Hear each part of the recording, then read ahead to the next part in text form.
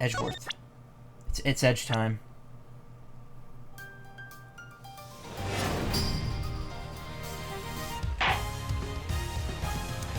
So I've been thinking about what I'm going to do after I finish the Investigations collection. I don't think I'm going to move on to Apollo Justice right away.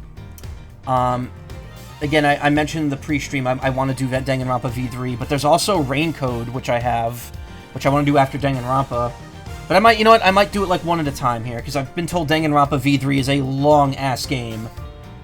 So much so that I think even the Game Grumps aren't playing straight through it. They're doing like one chapter at a time and then taking a break, which, unusual for them, for their, like, long series games.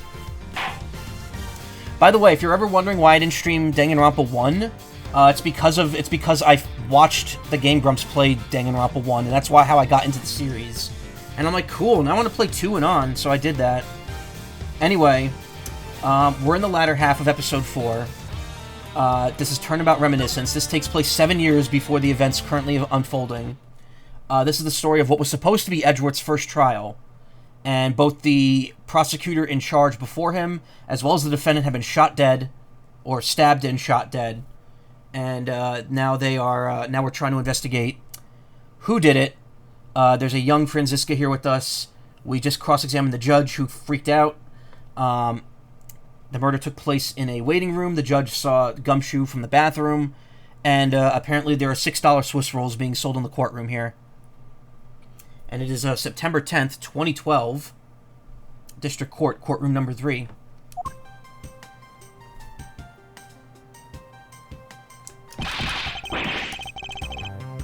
Alright, it's been a couple days. Let me readjust the sound levels here just to make sure everything's good. Oh, and let me go ghost here. Boop. So we can see what's actually being said. Everyone is dying the game, yeah. What is it now? Is it time for my trial already? I've already told you a gazillion times, pal. I didn't do it. I'll be the judge of that, Detective Gumshoe. No, you won't. I'll be the judge of that. No. I'm the judge around here, and I'll be the judge of that. Why can't you guys be a little less judgmental? Yes, well, speaking of hasty judgments, Detective Gumshoe, I'm afraid I must apologize for an error in judgment on my part. Your Honor, I don't believe you should apologize just yet. We've yet to prove that he's completely innocent of the crime. I guess so. What are you guys talking about? In any case, I would like you to testify as to your actions while you were on guard duty. And please remember, you are not on trial. This is all just part of the investigation. As such, you may still be found to be innocent. However, if you shall give false testimony... Ow! It's cold. Yeah, it's gotten cold here too. It was nice and warm over the weekend, but now the temp's dropping a bit. My whip will object, loud and clear. If you are found to be lying, you will be held indefinitely. Understood? I gotcha, pal. Thinking back on the state of the crime scene and the judge's testimony, it's obvious that Detective Gumshoe is lying. And if I can't break his lie, then we may never get a break in this case. While I was on duty. That's what that title... That's that game where you look for anomalies, right? While I was on duty. I came down here to this courthouse in Detective Bad's orders. As soon as I got here, he ordered me to stand guard in front of lobby number 2. From that time on, until I heard the gunshot, I was in that hallway the whole time. On my honor as a detective, I swear it wasn't me, pal. He's still singing the same tired tune. In that case, I'll just have to change that melody. I know he's lying, and it's time I pulled the information I need out of them.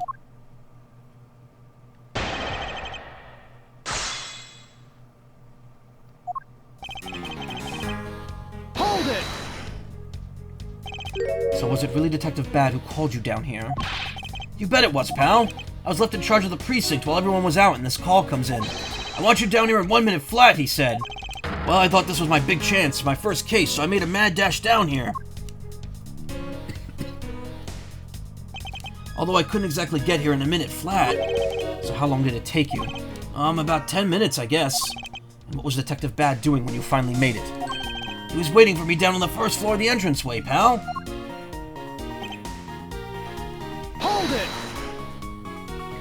And by he, you mean? Detective Bad, of course, and this being my first time at this courthouse, he also walked with me up to the 3rd floor hallway in front of the defendant lobbies. And did you meet anyone along the way? Well, just as we entered the hallway, we ran into Miss Yu. And we heard from Miss Yu that Mr. Faraday was not to be interrupted. That's when Detective Bad told me to stand guard in the hallway, pal. I should be making their voices a little lower, a little younger. So far, Detective Gumshoe's testimony is matching with Detective Bad's. From that time on, I heard the gunshot. I was in... Hold it! You claim to have been in the hallway the whole time. However, is it not a fact that you did something while you were in that hallway? Of course I did something. I guarded the door to the lobby number 2, pal. What else? Very well then, what exactly does guarding that door entail? Well, to put it simply, I know, it was my job to stand in front of that door without moving an inch. Oh? Detective Gumshoe, you mean to tell me that you didn't take a single step away from the door to lobby number 2? Is that really what you wish to testify to the effect of? You got it, pal. I didn't take a single step away from that door, just like I was ordered not to.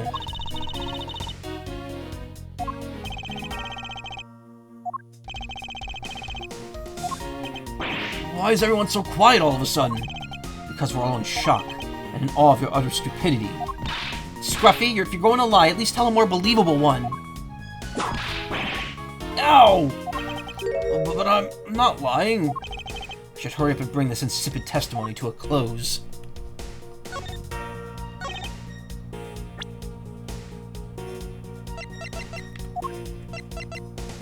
Objection!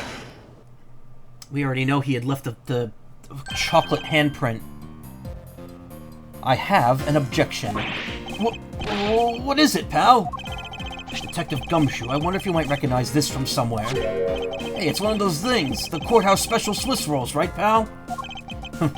Precisely. In that case, I suppose that you also recall the sullied hallway bench. Hey, you know what? I think it was probably me that did that. Detective Gumshoe, you know you can't go around dirtying up the courthouse like this. You inconsiderate, slovenly pig. Ew! I promise to clean it up later, I swear! Now then, shall we get down to business? About the fact that you didn't move even a single step from in front of that door. If that really were the case, then how were you able to buy a pack of Swiss rolls? Ah! Furthermore, if you didn't move a single step from in front of that door, how'd you manage to get the bench dirty with your grubby hands? Yow! It appears that Franziska's whip can do more damage than my words alone can. Alright, I confess, pal. I was hungry, so I bought a pack for myself, okay? I thought I'd get chewed out again if anyone found out about me eating on the job, so I didn't want to say anything. Well, unfortunately for you, I saw you do the whole dastardly deed. I clearly saw you buying a pack of Swiss rolls from the vending machine. Okay, I'm sorry for lying, but that's all I'm sorry for, you got that? Because I'm not holding anything else back. That last statement may sound like it makes sense. However, there's something I don't quite believe about it. Are you sure you're not withholding further information from us? Of course not. I've got nothing else to hide, pal. Well, if only that were true, Detective Gumshoe. But it is true, pal. I swear there's nothing else. Detective Gumshoe, I'm sure you're aware of the price of a pack of Swiss rolls, correct? Huh? Remind me again, pal. That vending machine out in the hallway is selling packs of 2 Swiss rolls for $6 a pack. And yet, according to you, you didn't have any cash on you until you cashed your $5 annual bonus check. Isn't that right? Oh. Let me ask then, how did you manage to purchase a pack all by yourself? Can you provide me with a proper explanation to that? I told you, I bought it by myself, pal. There wasn't anyone else in the hallway with me, so there's no one else who could have helped me buy it. Wait, don't tell me. You got some kind of proof that there was someone else in the hallway, don't you? Correct. Oh fuck, he's dancing in the courtroom again. Hey, Mouse, how you doing? As if you could. I mean, what are the chances of that? Wait, you do? Of course I do. What? How? What proof do I have that there must have been someone else there in the hallway? Take that! The heck is that? I knew you really didn't have anything. You prosecutors are all the same, always lying to people. You should stop, you know? Oh, I refuse to be lectured by the likes of you, Detective. Miles, how long do you plan on being strung along by this moronic detective? I have no intention of falling for his lie, because there was definitely a second person. Because if he was truly alone all along, then this piece of evidence should not exist. Yeah, it was the balloon!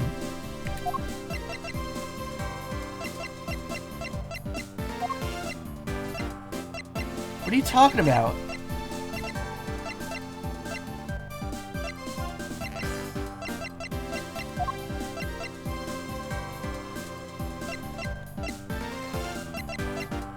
I guess it's gotta be the Swiss roll itself. Hey, you showed that to me not 2 seconds ago, pal. Gumshoe's pay is so low it's hit negatives and Edgeworth is jiving, yeah. To be fair, this is right after Gumshoe became a detective, so his pay hasn't taken the big hit yet. I think you're under a mistaken impression that I bought this pack of rolls. Wait, if you didn't buy it, then that means you must have stolen it, you thief! What? I would never do such a thing. All you liars are the same. You started as thieves. You're under arrest, pal. I believe you meant to assert that all thieves started as liars. And in that case, what does that say about you, Detective? Ugh. This particular Swiss roll was dropped by a certain someone. Oh. There were 2 rolls in this package. You ate one of them, but then you gave the other one to a certain other person, didn't you? No way, pal. You've got it all wrong. I ate both of them.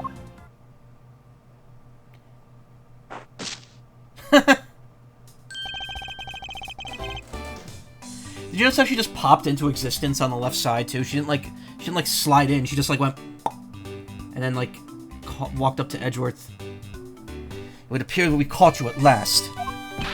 Hey, don't you dare do anything bad to that girl. It would appear that they do know each other after all. So why do you continue to come up to me and kick me? Have I wronged you somehow?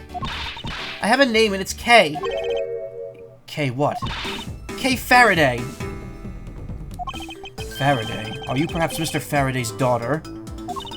I'm not a you, I'm K. K. You know, good little girls don't kick other people. Especially not hard enough to leave big nasty bruises like the way you do. Well, then you shouldn't have put Gummy under arrest, mister. Gummy? My guess is that she's talking about Detective Gumshoe. What a cute nickname you've given him. Gummy didn't do anything wrong. Okay. It appears that I will need to speak with her in a bit more detail. Arr!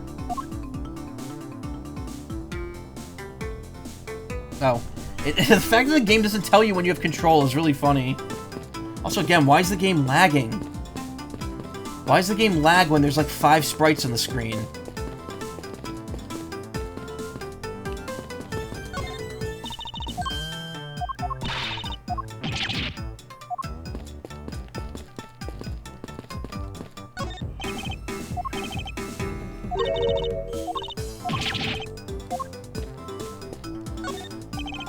Oh dear. Oh. What is the matter, Your Honor? I claim to hand down fair verdicts, but I unfairly cast suspicion on the big fella. If this had been a trial just now, it would have destroyed his life. I am the guilty one. Oh. I'll make mistakes, Honor. To err is to human, to forgive is divine, as they say. Although if you were to make a mistake during a trial, then it would be quite unforgivable. It appears that we've caught you red-handed eating a Swiss roll. Oh, look, I'm sorry about lying to you, pal. And do you have nothing else to say? Sure do. It was so fluffy and sweet and big. Oh, just like me. I'm fluffy and sweet and big. That was perfection, pal. I'm totally worth every penny of my bonus. I see. Well, good for you, Detective. Can't believe it, but it's almost funny when a fool is this unbelievably foolish. Yeah.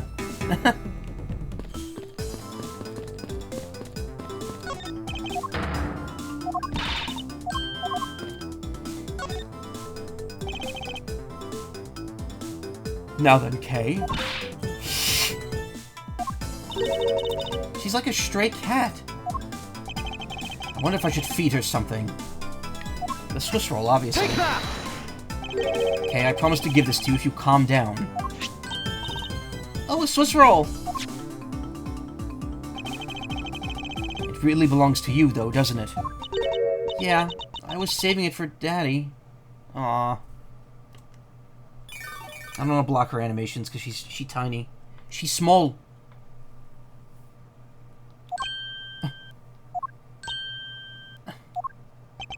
Oh my. Your father, he's... don't you say another word, pal. She doesn't know yet. Thanks for watching out for me, Gummy. But I already know about Daddy. I overheard the guards talking. About how he's not here anymore. I'm sorry. I'm sorry I couldn't protect him. Okay. I'm not gonna cry. I'm not gonna... cry. It's alright, let it all out. Your father just passed away, after all. I myself was also involved in a case at this courthouse when I was a young child. A case in which my father, who was a defense attorney, passed away. All of my dreams of becoming a lawyer were crushed into a fine ash on that nightmarish day. Even now, the wound festers deep in the depths of my own soul. Ever since that incident, I've dedicated myself to locking away every criminal I can. Even though this is literally going to be his first time in court. And now, to have this happen right in front of me. This child. I feel a certain shared fate. A common bond between us. Miles Edgeworth, what sort of gentleman are you? Are you going to just stand there and watch a lady cry? Didn't know you had a second model? I have 7 models on this currently loaded, with another like several ones that one of my chat members has made for me. I have normal, big head and body. I have a bird kisser. This used to be my only one for a while. I have Ham Ham.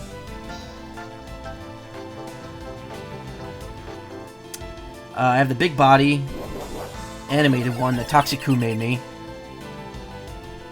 I have Puny when I did my Mario RPG streams. I have this one. I also have a Heartless one from the Kingdom Hearts streams.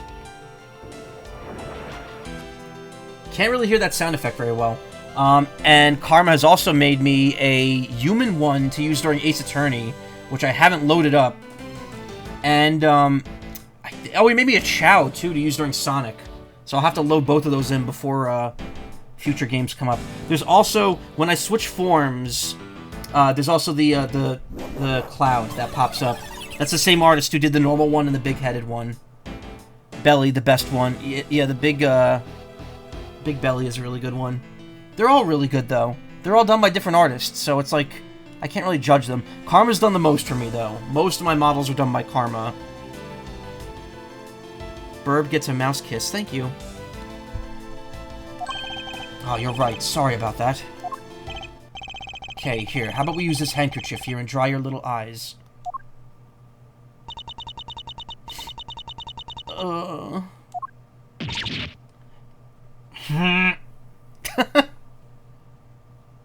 Aw. That's kind of cute, though. Oh, my cravat! Don't blow your nose on that! Just in time, because you were going to go sleepy? Aw. We go to bed kind of early tonight, huh? Then again, I can't blame you because my sleep schedule got obliterated over the weekend while I was at the Ren Fair. And I've been falling asleep at like 7 p.m. the last couple days. I feel better now. Thanks. Okay, are you going to be alright? Oh, why would you say that to someone who just lost their father?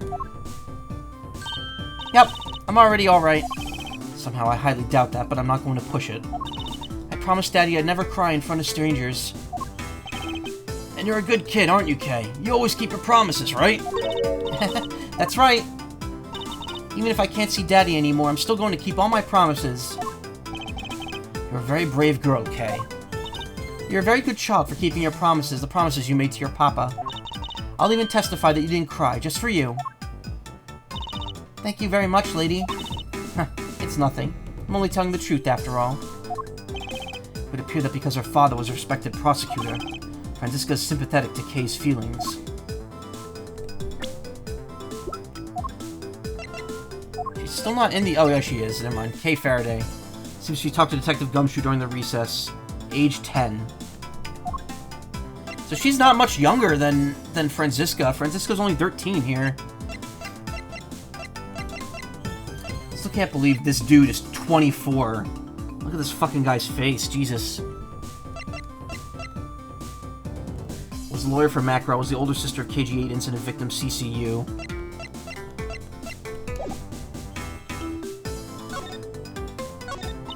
Oh, Daddy showed this to me once before.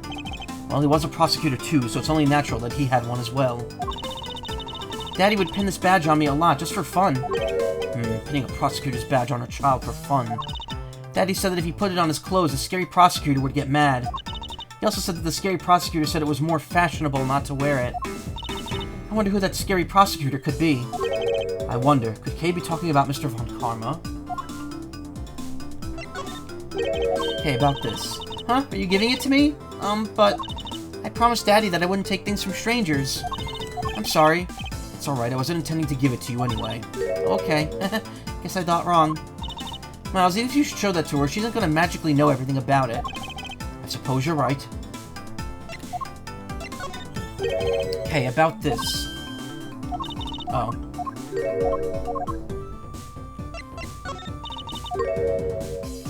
Oops.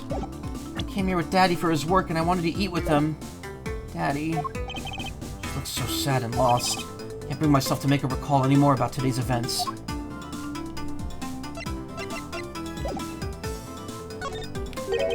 Okay, what kind of person was your father? Daddy was a hero of justice. His job was to catch all the bad people in the world. So to you, a prosecutor's a hero of justice, huh? I suppose we are in a sense, as we are the ones who seek guilty verdicts for criminals. Ooh, I just got heartburn. Ugh. Ooh. Plus, you know what? Whenever I came to the courthouse, Daddy would buy me my absolute favorite treat, Swiss rolls. Oh. I want to be a hero of justice someday, just like Daddy. So I've been working really hard. I see. And what have you been working hard on? I've been working hard to keep all the promises Daddy and I made together. A promise notebook? May I take a look inside, Kay? Sure, okay. It appears to be an exchange diary of sorts between father and daughter. Mr. Faraday's writing conveys a sense of the kind of man he was. This little notebook just might come in handy later. Thank you for showing it to me, Kay.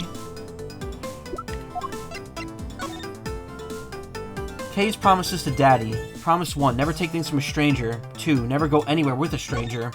3, always greet people with a smile, even people you don't know.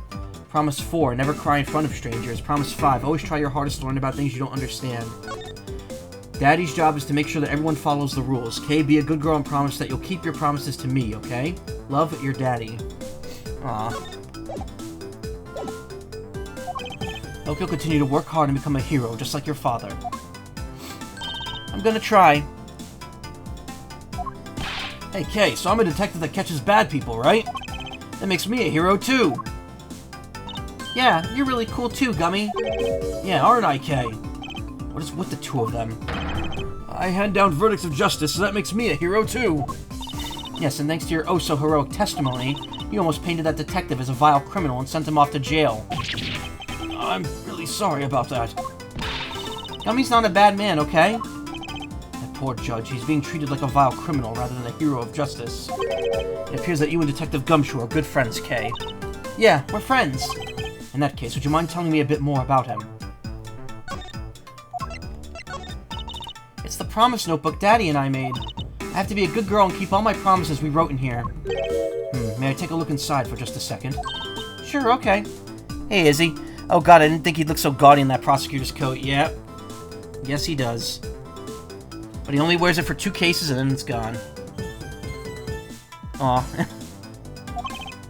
It appears there were more than just the 5 I thought were there. Promise 6.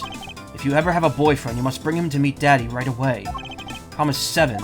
Even when you have a boyfriend, never forget that I love you the most. I certainly don't envy the poor sap she falls in love with. Promises 6 and 7 awarded. So I take it that you ran into Detective Gumshoe earlier.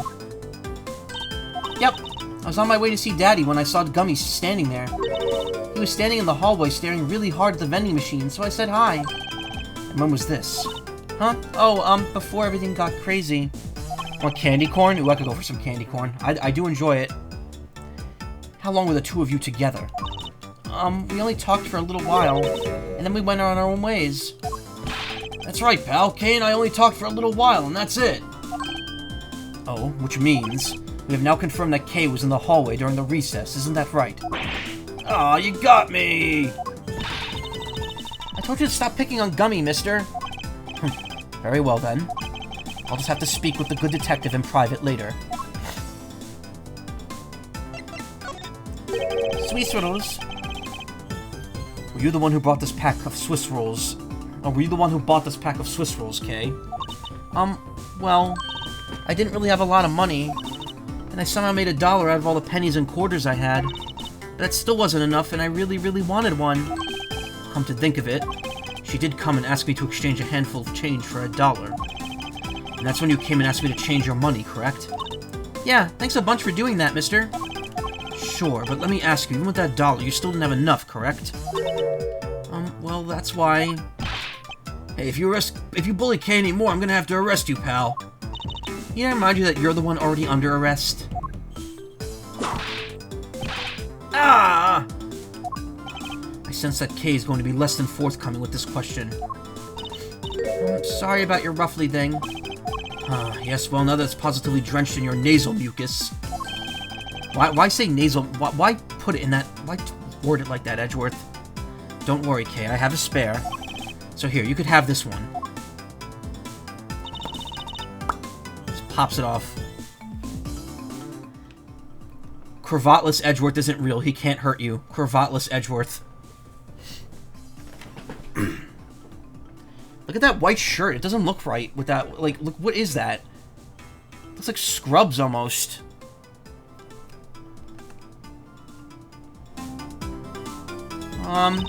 But Daddy said, never take things from a stranger. Oh, it's one of those promises you made in your promise notebook, correct? Yeah, look, see? It's right here on this page. Alright then, I'm not giving this to you. I'm merely allowing you to borrow it. You can take it home, wash it nice and clean, and then give it back to me next time we meet. Okay, Daddy never said I couldn't borrow things from strangers.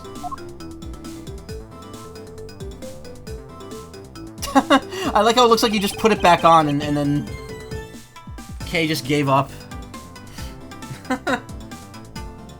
Also, why would Edgeworth bring a spare cravat with him? What did he expect to happen in here? Yeah, clip-on cravat. What I think it is, it's a cloth around his neck. Because we saw what his shirt looked like, and it didn't go all the way up to his neck. So I think the cravat is just like a piece of cloth, like, tied around it. Now, the Detective Gumshoe. Uh-oh. I believe it's now crystal clear that you were with little Kay in that hallway. You're back, class over. Hey, Karma. Bienvenido. That's what they say in the Philippines, right? Bienvenido? No. I feel like Edge would be the kind of person to carry a spare for the sake of it. Oh, no, absolutely. But it's really funny that he just had that on him. Ooh. I know that's... I know, Karma. I know. I was joking. Yeah, I told you to stop being mean to Gummy. Hold it. Miles Edgeworth, there's still something you have yet to resolve. Never know, a cravat for every occasion. I beg your pardon. You still haven't offered us an explanation as to why that man would lie to us. That's, well... Gummy, don't tell me you lied for my sake. Hey, don't worry about it, Kay. Everything's gonna be okay.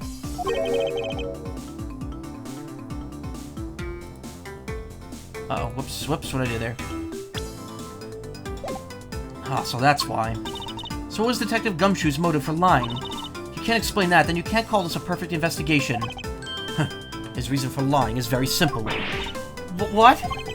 Here's what I believe to be his reason. From simple observation of the detective's actions and his interactions with Kay, it's obvious the detective was lying for the young girl's sake. And this piece of evidence will show exactly why. Which piece of evidence proves that Detective Gumshoe was lying on account for Kay? Of Kay. I don't know, the balloon piece? Take that! Nope. This is that piece of evidence. What are you showing me that for? It doesn't seem to add anything to the conversation. I don't get what you're trying to say with that. You're just like showing it off, apparently. Are you gonna give that to me, mister? I don't feel that the court needs to enter that into the court record at this time. Ugh! What is wrong with everyone? Why are they all teasing me all of a sudden? Although it is possible that perhaps I made a mistake, and that's why. Now then, back to the topic at hand. Detective Gumshoe lied for Kay's sake. And I know why, and I know I hold the evidence which shows the reason why. Also surprised you didn't use the human PNG tuber. I've had no time to implement it, Karma. I've literally been busy since the moment I got back home. And if I haven't been busy, I've been sleeping. Because my sleep schedule got all fucked up.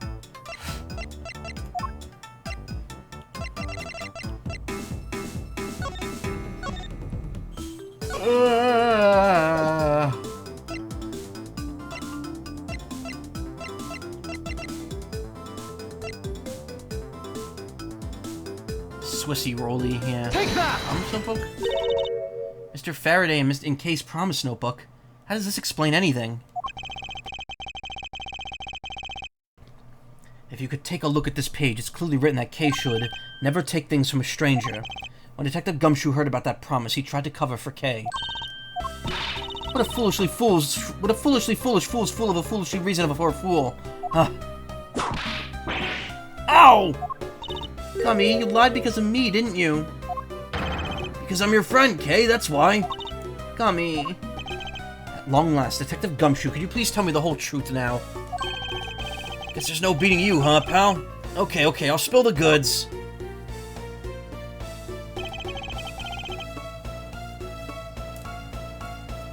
I'd been standing guard for a while. I was getting really hungry and that snack vending machine was taunting me. But all the cash you had on you was $5, and that wasn't enough to buy anything, right? After all, the cheapest item in the machine is a $6 pack of Swiss rolls. Yeah, but then like an angel from heaven, Kay showed up. Kick? Oh no, I thought she would kick him. I was thinking about sharing a snack with Daddy, so I wanted to buy a Swiss roll, but I only had about $1 in coins. So we pulled my $5 and her $1 together, and bought a pack of Swiss rolls together. But I was worried about breaking one of my promises. So then Gummy said, Mr. Faraday's one scary guy when he gets mad. But don't worry, you won't get in trouble if I don't tell him, right? Besides, you bought it with me. So you didn't really get it from me, do you know? He told me it'd be okay. And he gave me a whole roll to save and give to Daddy. Who knew that Scruffy could be so considerate? Indeed. Detective, I take it the two of you then sat down on the bench and ate the rolls together. Yeah, we split the other roll and ate it right then. The sweet taste of that cake's chocolate. I'll never forget it as long as I live, pal. Anyway, Kay, I believe this also belongs to you. Oh, that's from the balloon I popped. It's bad manners to leave garbage lying around, Kay. I'm sorry. Well, I guess can't blame you for not throwing this one piece away. It was sitting high up in a windowsill where you couldn't see it. So just this once, I forgive you. But that balloon, I wanted to surprise Gummy a little, so I popped it on purpose. And because of me, Gummy dropped his half of the Swiss roll. Wow, you really got me there, pal. So I thought maybe I should give Gummy this other roll. And I saw you picking on Gummy, mister. So you kicked me, is that it? You sure are a feisty one. I'm really sorry, mister. It's alright, I'm perfectly unharmed. But about this Swiss roll... Not the Swiss roll. Would it be alright with you if I held on to it until Detective Gumshoe is cleared of all charges and free to go? Yeah, sure. Just make sure you give it to Gummy afterwards, okay? Of course, I promise. Now then, I believe we have proven beyond the shadow of a doubt that Detective Gumshoe was in the hallway for the entire duration of his duty, which undeniably proves that Detective Gumshoe could not have committed the double murders. Objection! Actually, it proves just the opposite, Edgeworth. You've just shown that Detective Gumshoe is the only one who could have committed the crime. What do you mean? It's quite rude to eavesdrop, Miss Yu.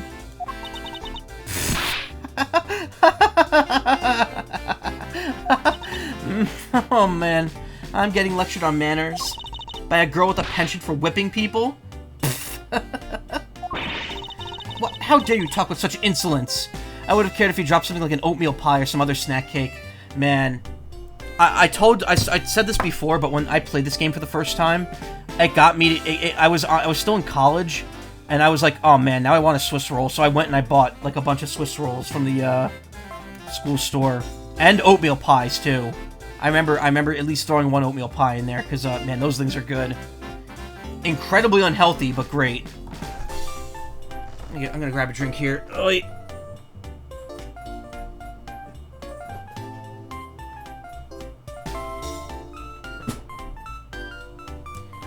Okay, so good news. The mini fridge is kind of working again. I mean, you know, as good as it can, but it's still working. I think the door may not have been fully closed before. Callisto U, callous to you. Yeah, maybe. I could see that pun working. Never had a Swiss roll before. They good? Yeah, they're pretty good. They're like any of those like Little Debbie like snack cakes. They're tasty, but they're just like pure sugar.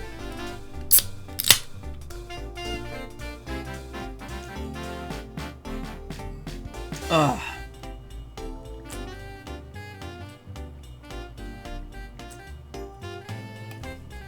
Haven't had one of those in a few days.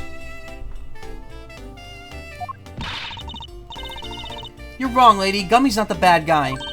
Oh, and what have we here? What is a child doing here in the courthouse? Bailiff, please take this child away. That animation is so weird looking. What? Miss Callisto Yu, that girl's Mr. Faraday's.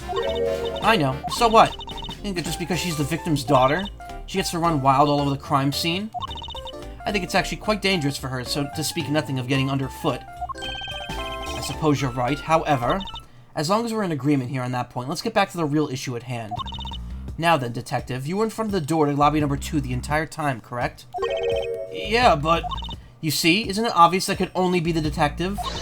He's the only person who could have gone into lobby number 2 at the time of the murders. Ah!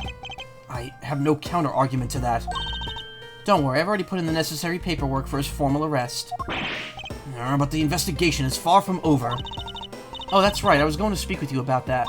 Don't you think it's reckless to talk to the suspect out in the open without a guard? I suppose it is. Well, as someone with more experience in law than you, allow me to share something. Always keep a good eye on a criminal, or you may regret what comes of your negligence. Oh, Miles, I can't believe you're letting this woman lecture you like this. This is unforgivable as a disciple of Von Karma.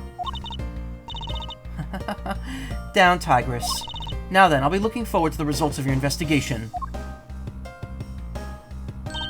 So, we're back to square one. Actually, this is our last chance. I can tell you that if we fail to solve this case, Detective Gumshoe will be formally charged under all the circumstantial evidence. This investigation's not over yet. There's still one location we've yet to inspect. It's where Detective Bad and Miss Yu were at the time of the crime. Lobby number 1. To be continued. Yeah. That song has Hoenn trumpets in it. The truth behind the KG8 incident. September 10th, 5:45 p.m. District Court, Defendant Lobby number 1. Top 10 Defendant Lobbies, number 1. Number 10. Number 15. Von Karma foot lettuce. I don't know what I'm talking about. You could tell I'm clearly sleep deprived. But what is this incredibly overpoweringly sweet scent? It smells like flowers. Uncle Bad, is this it? Isn't that Detective Bad and K over there? Looks like she managed to escape the bailiff. No, that's not quite it. Not too bad, but it's so pretty. I think you're still a bit too young to be wearing that. But since you found it, guess I can let you keep it. Thanks. I'll treasure it always. Those two seem to get along rather well. Oh, here. Got something else for you. Yay, thank you, Uncle Bad. Earlier I ate one of these with Gummy. Gummy? Oh, you mean Gumshoe. Gummy is...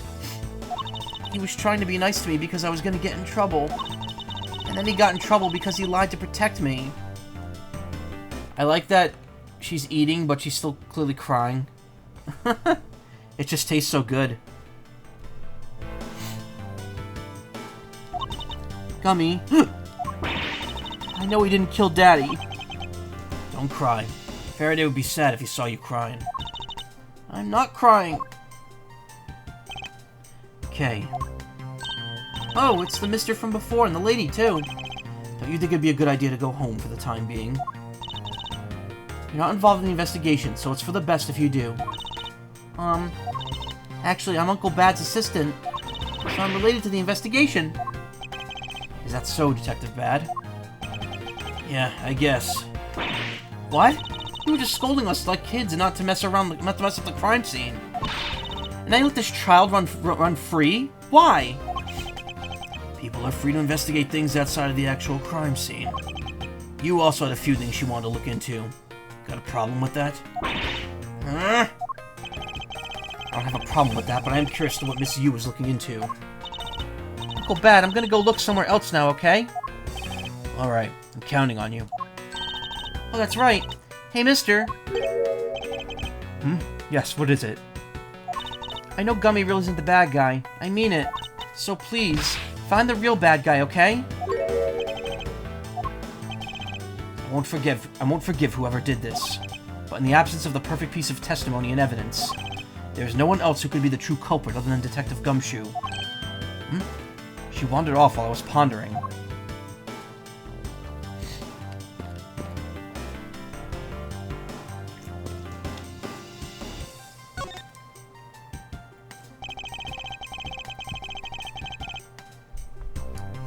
That expensive painting is ill-suited to be hanging on the wall of this room.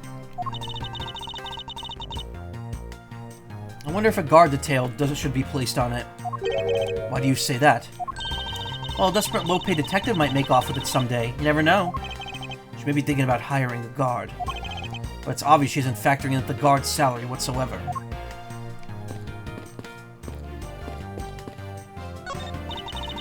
What incredibly strong-scented herbal tea. I fear that more than being relaxing, the scent may make one a bit heady instead. You put in a special request for that. No wonder she's so violent if she's been drinking this stuff all the time. Neither woman should be allowed to comment on that particular topic, ever.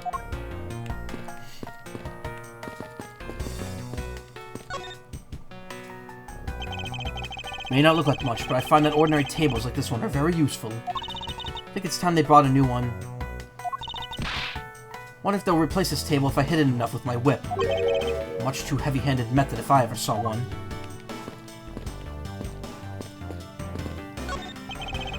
I can see down to the courthouse courtyard from here. What is that mess supposed to be? It's like an optical illusion.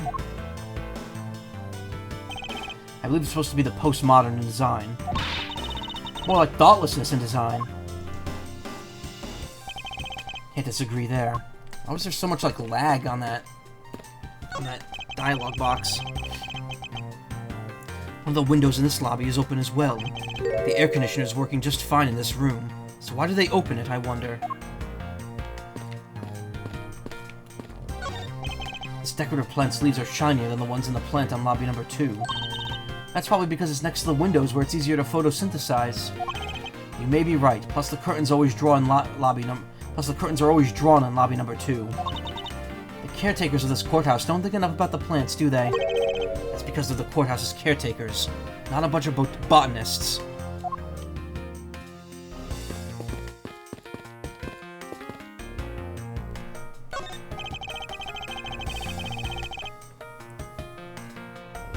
This television is the same model as the one in defendant lobby number 2. Looks like the two rooms are basically the same in terms of layout and supplies. Yes, and the two rooms are basically the same, huh?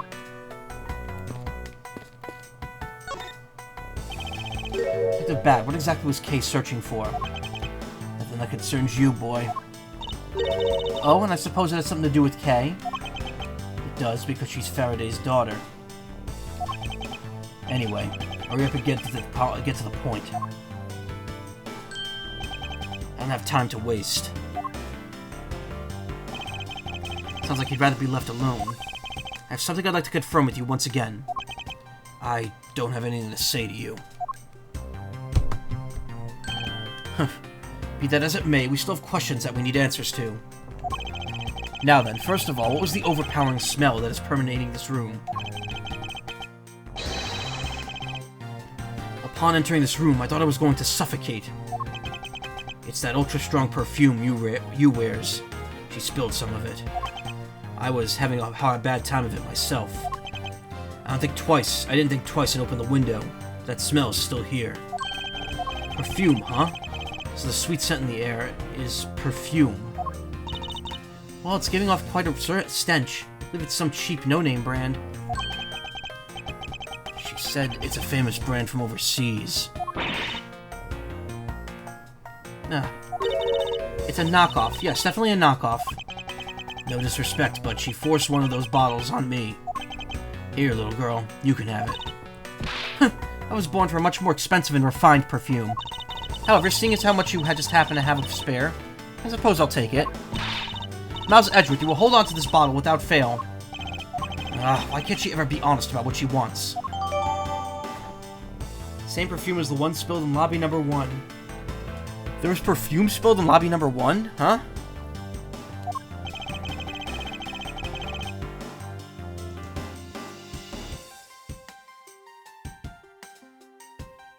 Bear with me here a second. I gotta readjust how I'm sitting. So now we have the perfume Miss Yu wears. Just fantastic. Is that all you wanted to talk about? If so, I'm going back to investigating. Actually, I still have a few other things I wish to inquire about. So you were in this room the entire recess. Like I said, I made a call to the precinct to get that big lug down here. But other than that, I was waiting for the recess to end in here. At least your story's consistent. Earlier, you stated that you were in this lobby with Miss Yu. Yeah, I ran into her in the hallway. She said she wanted to come talk to me about something, so we came in here. So what you're saying is that until Detective Gumshoe's arrival, you and Miss Yu were in 2 different locations. Guess I am. Interesting. Speaking of that lawyer, she seems to have a great dislike for you. Oof. Let's see, Miss Yu was the sister of the victim of the KG-8 incident. And as I recall, Detective Bad was the lead detective on that case. I wonder if the reason for her disdain isn't simply because you failed to guard Cece, but because you were the lead detective on the case. You knew?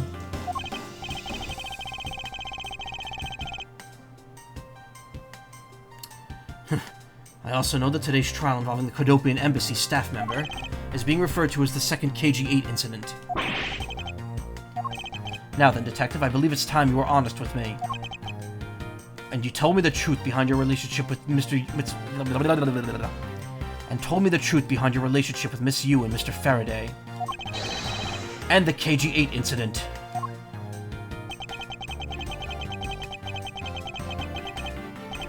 You already know that much. Guess it'd be alright to tell you.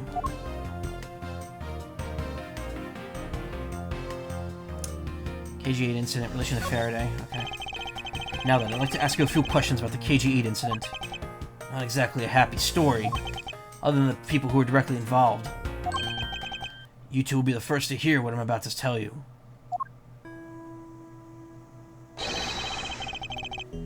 The honest truth behind the KG-8 incident. Faraday, you and I. As you already know, we 3 were involved with the KG-8 incident. Faraday and I, we were originally on the trail of the smuggling ring. I mean the smuggling case involving one of the Amano Group's secretaries. That trial was just a front. A facade. Yeah, but the case became tainted. All because the witness who was going to testify about the Amano Group's ties to the smuggling ring, CCU, was killed. Then what became of the secretary who was arrested? His name was Colin Deveray. To be honest, the guy didn't know a thing about the smuggling ring. But he confessed to knowing about it anyway. Deveray was probably being intimidated by the big boss man. Just another scapegoat.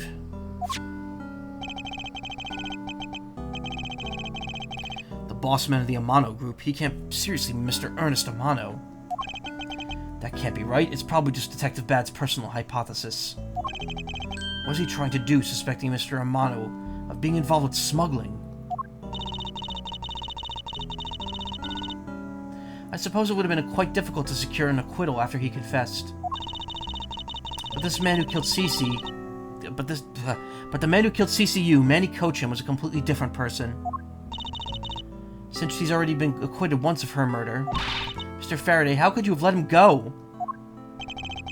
If I remember correctly, I heard that Mr. Faraday had an important piece of evidence stolen from him. That wasn't Faraday's fault. It was mine. Faraday, CC, I was supposed to do something. Supposed to protect them both. Miss Yu did mention that as well. About how Detective Bad was supposed to guard her sister. But even I, who was supposed to protect them, I fell into their trap. What kind of trap? The holes in this jacket are a testament to that trap. Swiss cheese man! You mean you were fired upon? You were shot that many times in one gunfight? No. Only about half of these are from that case. But the reason I continue to wear this jacket is to remind myself of the lessons I learned from the KG-8 incident.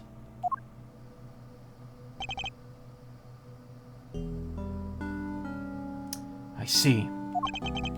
I couldn't protect CCU, and the suspect was found not guilty. We hit a brick wall, as far as the law was concerned. And that's when she came to the courtroom, the victim's sister. That's when I first met Callisto Yu.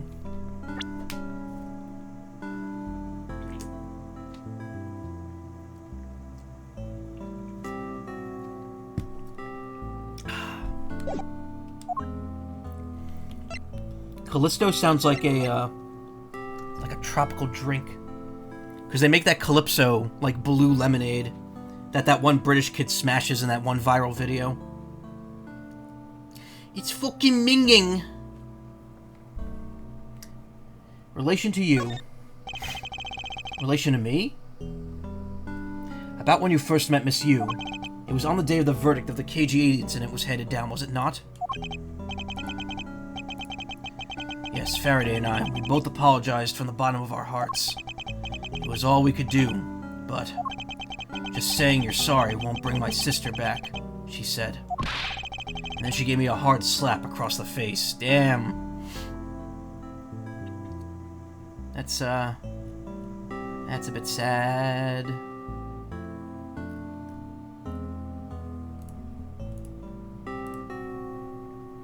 Sorry, I was looking at something. Well, she certainly has a lot of self-control to stop with just a slap. If it was me, not even 100 lashes would have been punishment enough. I suppose not. You said it herself, that she never wanted to see either of us ever again. But after that, you've seen her many times over, correct? Yeah, Faraday and I, even after the KG-8 incident had come to a close, we continued to hunt down the smuggling ring and got involved in a variety of cases. But it was no use. We cracked so many different cases. But the result was always the same. Couldn't find the real mastermind behind the ring. Is the ring really that big? It was in the pursuit of the ring that we met you once again. It was during another trial related to the smuggling ring. Faraday was the prosecutor, and I, as the lead detective, took to the witness stand. She apparently appeared out of the blue as the defense attorney. client was related to the smuggling ring and she was defending them? Her client was related to the smuggling ring and she was defending them? Yeah. Yu was pursuing the ring as best she could as a lawyer. I think she defended Rel this time for the same reason. When I think of it, Miss Yu did say something to that same effect. To the same effect, yeah. White. I have my own agenda.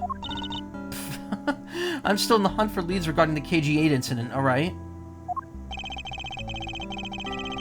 And for that, you not have a single... And for that, you have not a single qualm about defending a known killer. Don't put words in my mouth. I said no such thing.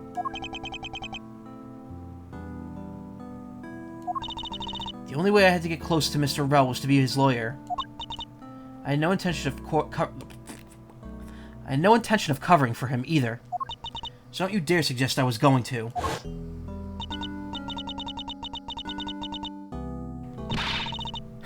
Doesn't matter what her reason is. Helping a criminal is just despicable. You're so naive, little girl. Could have stolen this lollipop from you. That's how naive you are. This is the first time we saw that. So when he reaches in to pull out his gun, he pulls out a mirror. And when he pulls out his cigarette, you find out it's just a lollipop. How dare you insult the daughter of Avant Karma?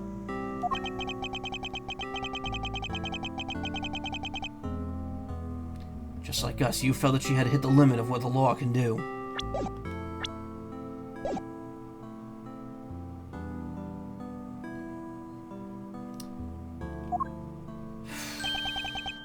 That's all. For kids mode. Yeah, except it's intentional. The law is merely a tool. There's no limit to it, only the skill of the craftsman. You two are still too young, but one day you'll know what I mean. But enough sidetracking.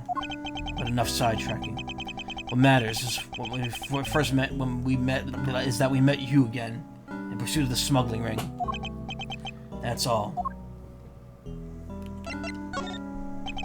So what was your relation to Mr. Faraday? You even seem to know Kay fairly well. I met him when he was a rookie prosecutor, known him ever since. And Kay, I've known her since the day she was born. Faraday and I, we cracked a few cases together. But you two seem to have made no progress at all in the Yatagarasu case.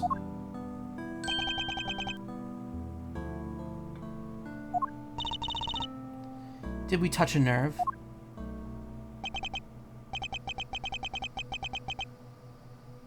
I only have one thing to say. To say to you. No one knew more about the Yatagarasu than me and Faraday. That's why I was called upon to testify in today's trial. To prove that Rel was not the real Yatagarasu. Which I would have done if he hadn't turned around and accused Faraday. After the accusation, I was asked to testify, but this time, to prove or disprove the accusation. But I guess I won't be doing that either. I sense that there is more to that statement than meets the eye. Perhaps a bit more digging into the Yatagarasu is necessary. You claim to know much about the Yatagarasu. Would you care to share what you know would you care to share what you know with me? What you two should be looking for right now is proof. A murderous intent towards Faraday and the relief is... Give me a second here.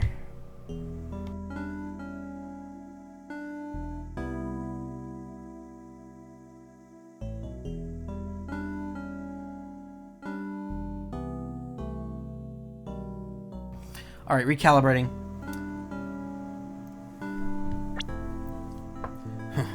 What you two should be looking for right now is proof of murderous intent towards Faraday and Rel.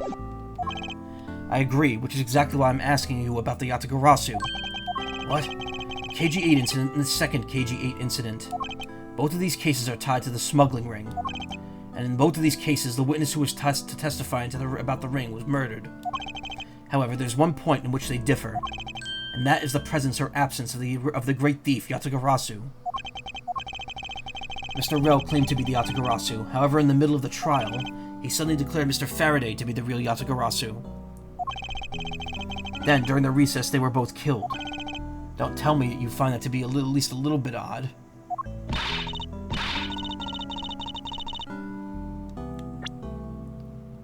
I was getting the wrong voice there. Whoops. Miles Edgeworth, stop beating around the bush and just spit it out already.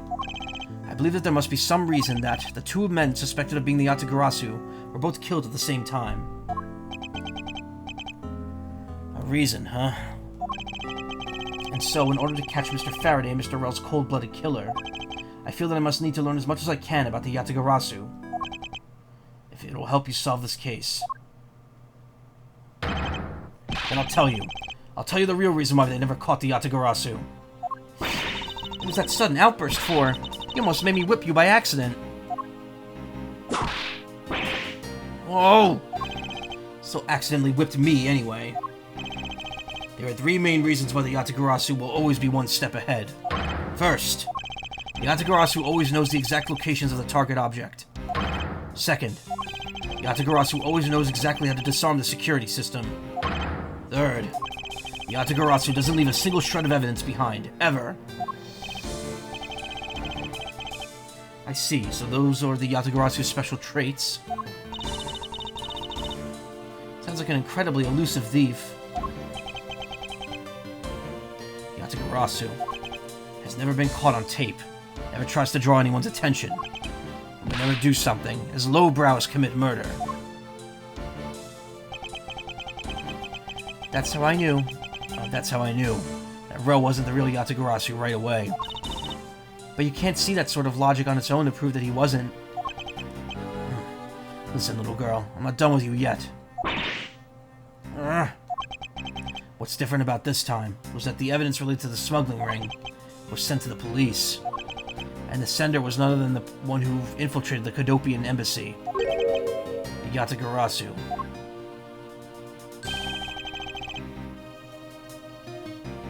Yatagarasu sent the evidence. Until now, the Yatagarasu would always publicize any corrupt dealings through the mass media. But not this time. The evidence this time was something only Faraday and I and a select others knew about. In that case, how could you be so sure that it was Mr. Yatagarasu who stole it? That's easy. A special card that only the Yatagarasu uses when attached. That's how I came to be so sure. And just what sort of card is it? Here, take a look inside this article. Whenever the Yatagarasu wants to publicize something, a white card is sent along with some stolen evidence. But when we questioned Rell about what was sent along with the box, Rell had no idea what it was. Ah, and that's how Detective Bad knew that Mr. Rell was a phony. Just back and ate lunch? Nice karma. Thank you very much. I have a much better understanding of the Yatagarasu now.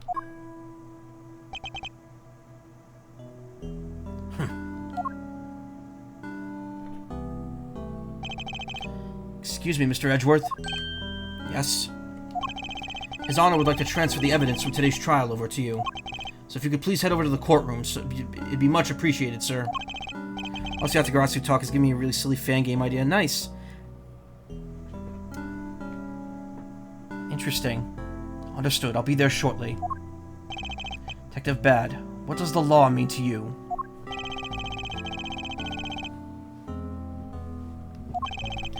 Finding the answer to that question is the only reason I'm still alive. I became a prosecutor to find that answer to the question myself, and to play a part in ensuring that all criminals everywhere are found guilty.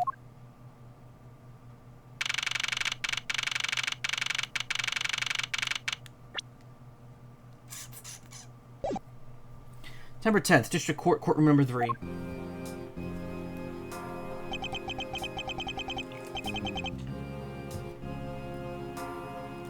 Oh, it's you, Mr. Edgeworth. Oh. It appears that His Honor is still a bit dispirited. For the first time, I witnessed what it's like to stand at the witness stand today. I have a greater appreciation for just how hard it is to give testimony.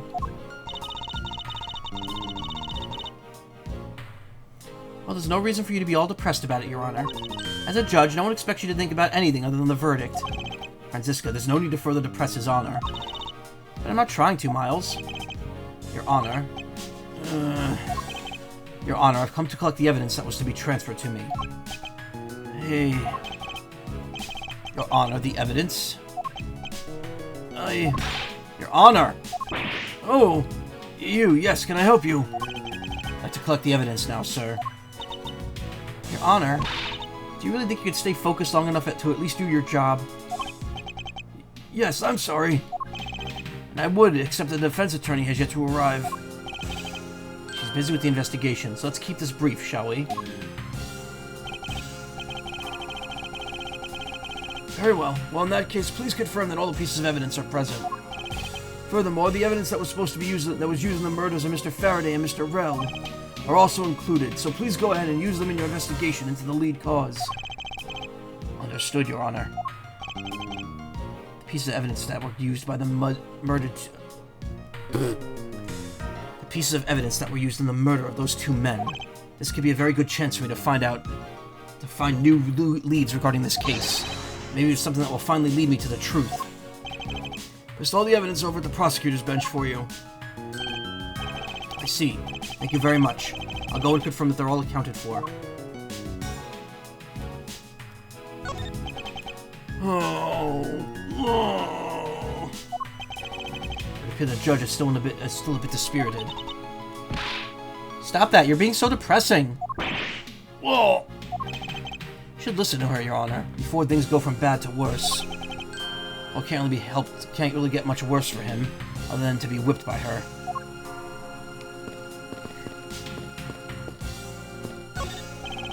Evidence that Miss Yu prepared is just sitting on this table. You know you can't just walk off with it, right? Of course I do. Miss Yu must have been caught off guard by her sudden... I kind of looked at the judge, to be honest. I'm not that old. I'm certainly as tired as he is. Miss Yu must have been caught off guard by her client's sudden accusation. Wonder how she would have defended Mr. Rell in the case if he was still alive. So this is the evidence related to today's Cadopian Embassy trial from Mr. Faraday's bag. I mean the evidence bag that was on the table in lobby number 2, right? Yes, finally we have finally we can take a look at... Finally, we can now take a look at the evidence itself and not just data about them. Let's be sure to thoroughly examine each item while we have the time. Agreed. I want to take a good look at all the evidence from the embassy murder, too. And why is that? Because I still don't fully understand what today's trial was about. Ugh. Don't point your crop at me just because you don't know something.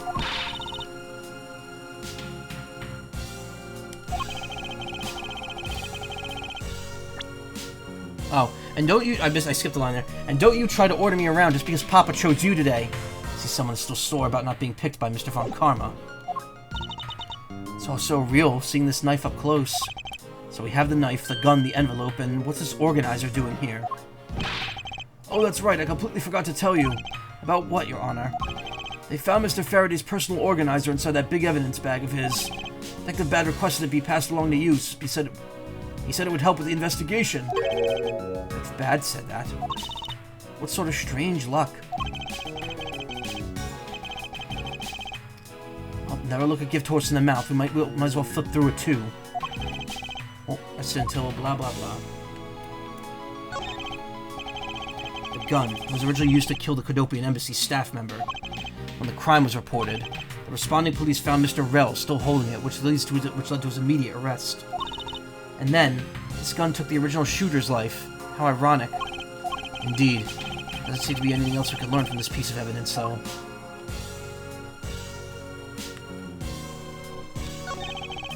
Mr. Faraday's organizer, it appears he was in the habit of using it. Looks like he wrote his strategy for getting Mr. Rell convicted down in here.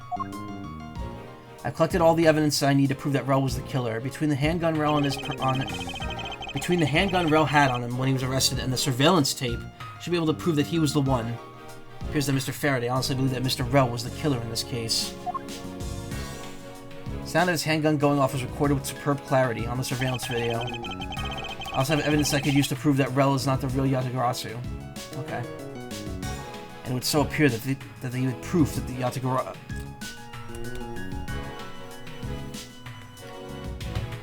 Oh boy, it's like the worst time for me to be reading this.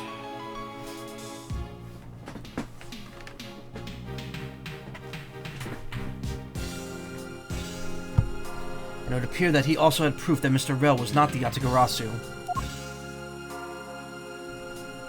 No matter how he may try to play it, as long as I have No matter how he may try to play it, as long as I have the Yatagarasu's key, I can prove he's a phony. If I present it to him in court, it should clear everything up. Apparently he also had a very definitive piece of evidence. It's been a long battle, but I hope that this will finally bring it to an end. Yes, I believe that Mr. Faraday was well prepared to discredit any claim Mr. Rel may have had about being the real Yatagarasu. And he had a way to prove that Mr. Rel was the guilty party in the embassy murder. This organizer's a clue straight from Mr. Faraday. I'll have to take my time and give it a thorough read later. Look, there's a picture stuck between the pages here. It appears to be a key. A rather ornate one at that. Just look at the design on the handle. The craftsmanship is superb. Could this be the Yatagarasu's key Mr. Faraday mentioned as organizer? Yatagarasu's key. Detective Bad said something earlier.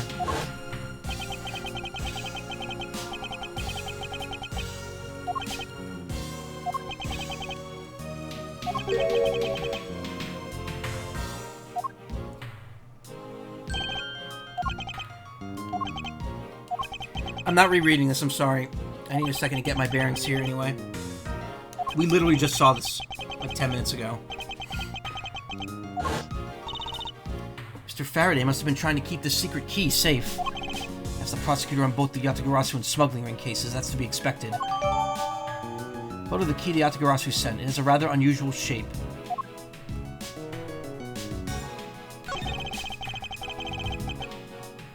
Notice how Bad and you both have mirrors?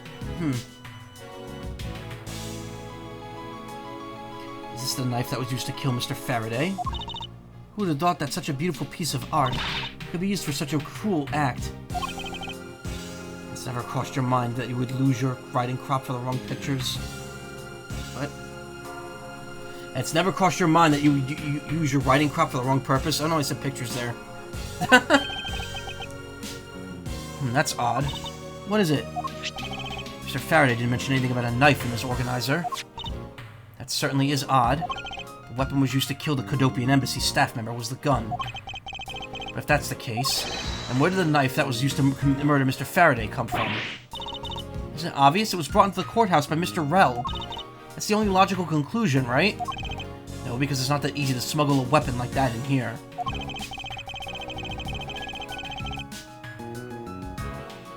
Every person who enters the courthouse doors is checked thoroughly before for contraband. Furthermore, the suspect was handcuffed, making it impossible for him to bring a knife as large as this inside. In that case, how do you suppose the knife ended up inside this courthouse? Need to think carefully here. There's nothing related to the knife written anywhere in Mr. Faraday's organizer. However,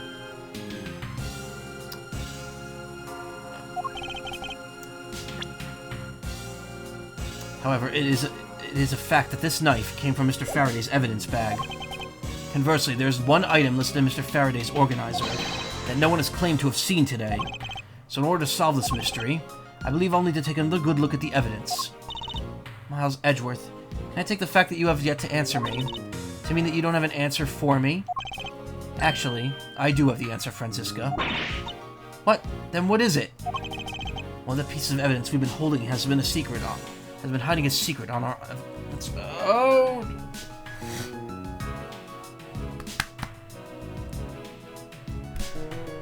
Oh, I'm exhausted. My eyesight's fine, don't worry. One of the pieces of evidence we've been holding has been hiding a secret of its own. And it was through this piece of evidence that the knife was brought into the courthouse.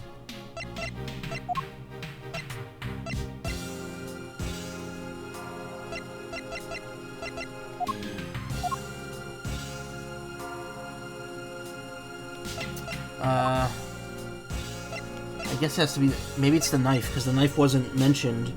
Maybe the knife turns into the key. Take that! I don't see that answers my question at all. Every piece of evidence has some secretive aspect about it. Oh, then I demand to know what the secret is to this one. Alright, maybe there is no secret to this one.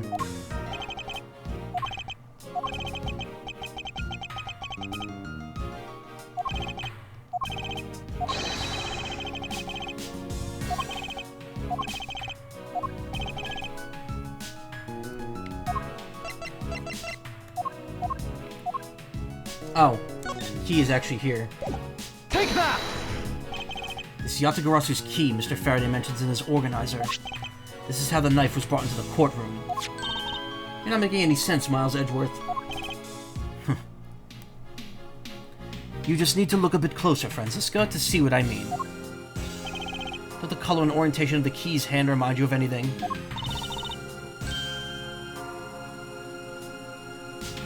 They do remind me of the knife. Very good. Both of the Yatagarasu's knife in this photo and this murderous knife... Yatagarasu's key in this photo and the murderous knife have this very unique design on their handles. Furthermore, even though Mr. Faraday mentions the Yatagarasu's key, the only one object we found at the crime scene was the knife. You don't seriously mean to say... It appears that you finally caught up. And yes, I do mean to say that these two pieces are in fact one and the same.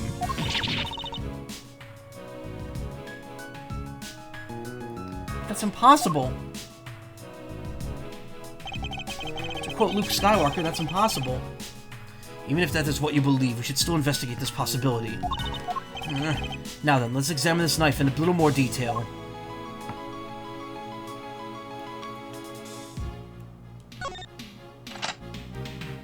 Hey, what'd I say? Can't believe it turned into a key. To think there was such a trick to this thing. So the weapon used to kill Mr. Faraday is actually the key the Yatagarasu stole. Once you need to turn a game where you play as Franziska, it'd be fun to see her get buffed from making mistakes. And, yeah. Whip people. Also, did I say buff instead of bluff? I'm sorry, I'm still half asleep. I'm trying my hardest to be awake, so that my sleep schedule doesn't get fucked up again. Practically a butterfly knife. Yes, it is. Also, hello, Merkmello. How you doing? This piece of information is more critical than anything we've learned up until now. You're half awake? Yeah, you were just in class. I don't blame you. When I was in college, every class I would be song logs. I could not fucking stay awake in college. And my sleep schedule was fine during that point. Just vibing. Wan. Nice. Making dog noises. Photo of the key the Yatagarasu sent turns into a knife. Frankly, I'm shocked. I'm shocked, I tell you. Shocked! Oh, we can't actually examine it, though. And Buppy, so figure it fits. Well, fair enough. Mr. Faraday only mentioned the key aspect of this piece of evidence in his organizer. It's possible that even he had no idea this key was hiding a knife blade inside. But if that's true, then only someone who knew about the key to the knife trick could have killed Mr. Faraday. Even among law enforcement, this key was top secret. We're looking for someone who even knew more about the key than even Mr. Faraday. The use of even twice in that sentence sounds weird. And clown, so honk honk. Yep. Karma the clown with a K. Impressive to explain that one? Oh, I know all about the wand noise. I mean, yet the only person it could be is the one who sent the key in the first place. The great thief Yatagarasu. Then maybe Mr. Rel really was the Yatagarasu. And he was the one who killed Mr. Faraday. Isn't that one possible scenario? No, not really, especially since Mr. Faraday was absolutely convinced that Mr. Rel was not the Yatagarasu.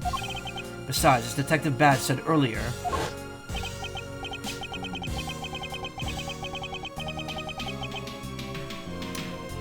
But when we question Mr. Oh wait, we already read this.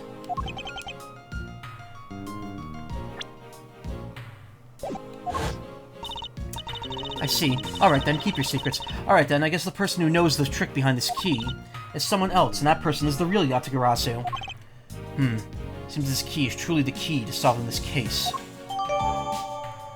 Weapon used to kill Faraday is a secret ability to change into the key the Yatagarasu sent.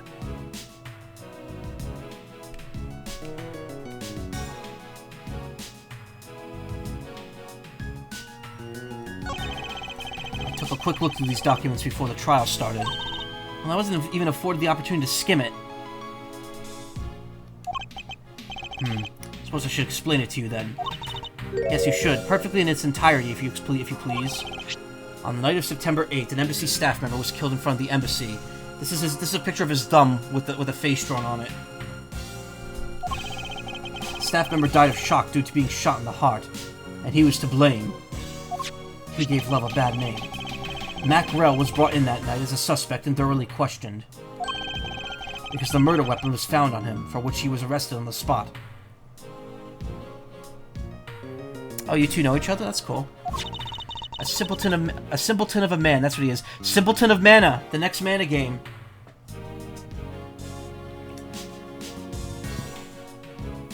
It's been 2 weeks since I played Visions of Mana. Never met him before.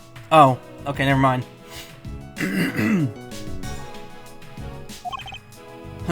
Perhaps he was, for the weapon wasn't the only incriminating evidence we had.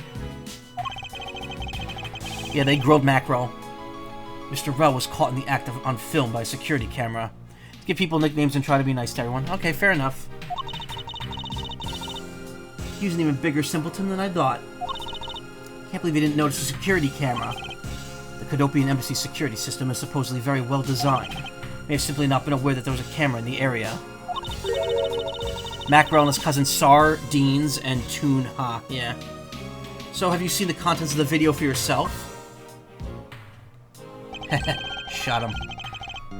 Yes, the surveillance video the security camera took was played during the trial by Mr. Faraday. Clearly identified Mr. Rell on it. Even the sound of the gunshot was crystal clear. So the footage included sound, huh? I don't think I'd ever want to see that moment of someone's death in real life. Me neither. That's odd. We're short one piece of evidence. And the piece that's missing is the surveillance video that was played in court. The surveillance video? How could a piece of evidence just disappear? Where did it go? Video showing the moment at which Mr. Rell committed the murder. Where could it have gone, indeed? I think I know. Are you done with your inspection of the evidence? Yes, I'm finished. However, Your Honor, I am missing a single piece of prosecutorial evidence. Your Honor, were you derelict in your duties? What? No, I dare not lick my duties. What do you take me for? Oh, God. A surveillance camera. Behind D. Colonel, what's a Russian gunship doing here? I saw some really good pixel art of that scene on my, GoDaddy, why are you emailing me?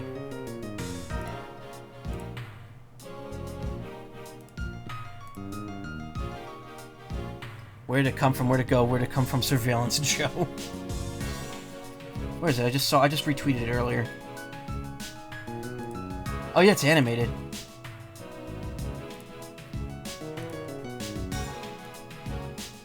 Yeah, this is really good. I don't know if I could zoom in any closer on it, but...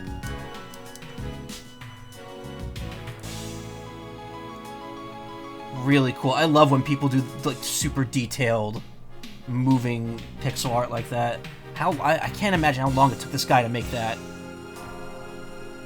I'm gonna minus out now. Colonel, what's a Russian gunship doing in Alaska?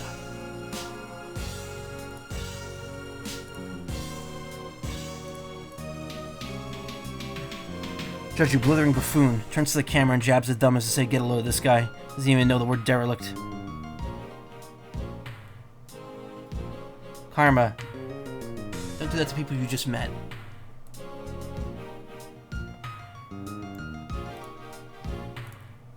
Mods impregnate Karma right now. I mean, ban him for like a week. What? No, okay. Stop being weird, Karma. No, Your Honor. The most important piece of evidence in today's trial, surveillance video, is not amongst the evidence you laid out for me. But I brought Mr. Faraday's whole bag with me from the crime scene. Maybe the tape is still somewhere at the crime scene? There's something wrong here. Something about this missing piece of evidence. That was a weird sting into that song. It would appear that for me to find the answers I seek, I'll have to pay another visit to the scene of the crime. Defendant lobby number 2.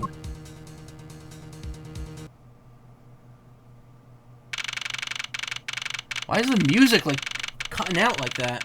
September 10th, 6 p.m., District Court, Defendant Lobby number 2.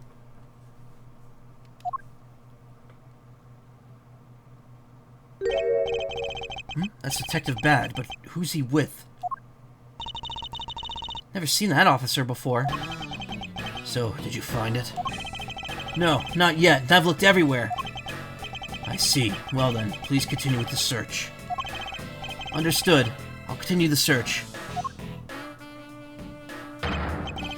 So you're the one running this show.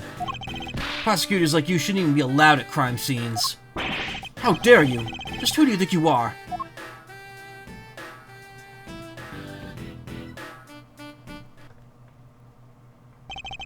What was that all about, and who was that man just now? Whoever he was, I've never seen a more impudent officer in my life. Tenant lobby number 69. Is he a defendant by any chance? No. Does he even know we're standing there Does he even know we're standing right behind him? I know you're standing right behind me. What do you want, kids? Looks like you were paying attention after all. It's so weird how he looks like... Bad looks nothing like the rest of the characters in this art style. His face looks so grizzled compared to, like, every other character.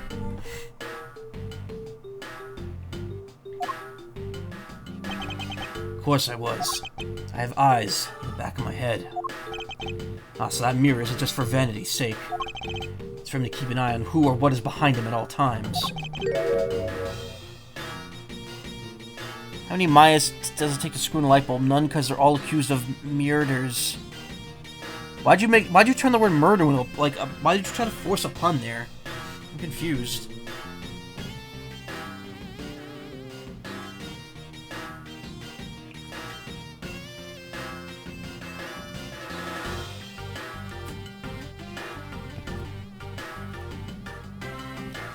The answer is 1. Maya just, you know, summons the spirit of an electrician and then has them handle it. So tell me, Detective Bad, who was that rude man just now? Guy came here from the Republic of Zengfa to study. He's Agent Lang. He's trying everything he can to revive the lost honor of his family. He's traveled the world. He's traveling the world to study different philosophies of detainment from scratch. By visiting various police departments around the world, he has a lot of dedication. He's still just a rookie cop, but I sense a strong grudge of some sort from him. Guy's more useful than Gumshoe, even if he is rude. Well, he sure has a lot of guts to come to this country and give prosecutors a hard time. I agree, however, I can think of one young lady that statement also applies to. Anyway, what was that agent looking for, Detective Bad? Earlier, that little girl was poking around in lobby number 1 as well. Like I said before, it's got nothing to do with the two of you. Highly doubt it has nothing to do with me. Fine, if this game I must play, then I'll take this opportunity to draw out what he's been hiding and what happened in this room straight from him.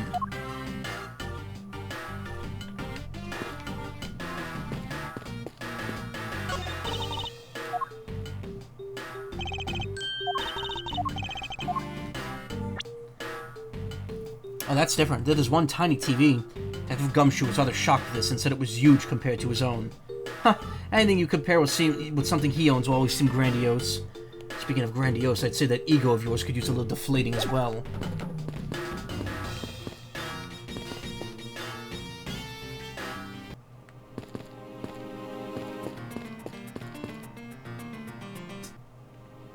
So the electrician she channeled turned out to be the murderer, Electronic.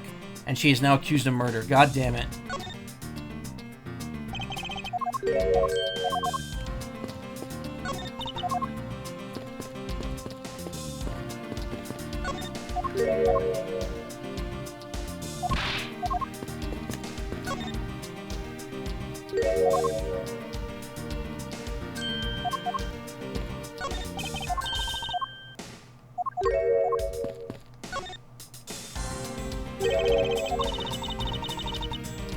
Oh, I could still smell that perfume, even with the window being left open to the air out the room.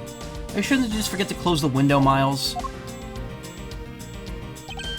Yes, well, I hadn't thought of that. You still got a long way to go if you think you could best me, Miles Edgeworth. If Francisca's ego needs some deflating, then Michael's ego can use a little inflating. Okay. Sure. Let that go straight to my head, why don't ya? Murider on My Owl Express, the conductor, Hat in Time, functionally name-dropping the mission. Never played a Hat in Time. This television is the same model as the one in Defendant Lobby number 2. So the two rooms are basically the same in terms of layout and supplies. Yes, the two rooms are basically the same, huh? Edgeworth, check the VCR! Damn it.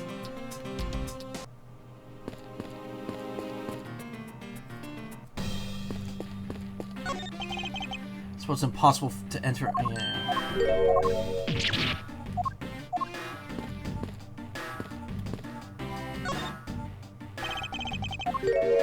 Whoops. Earlier you were in lobby number 1, and now you're here in lobby number 2. You're quite the busy man, Detective Bad. Multiple returns to a crime scene brings about success. That's what we detectives say. I see. In that case, you wouldn't mind if I ask you about what happened again, correct?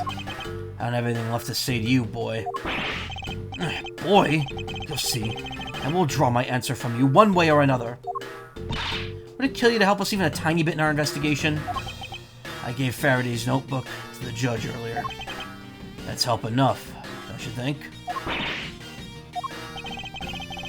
People are asking for you for Please, we are asking you for just a bit more of your cooperation. Don't push me, kid. I'd like to ask once more about what happened around here at the time of the crime. I refuse to answer. Any more investigating you do will be a waste of time. Besides, how am I supposed to answer questions about things I don't know about? Things you don't know about, but aren't you supposed to know everything? You should. Wait, is it even possible? Maybe he obviously doesn't know the trick behind that piece of evidence. You should try showing it to him. It may prove to be the key to getting some answers from Detective Bad, literally.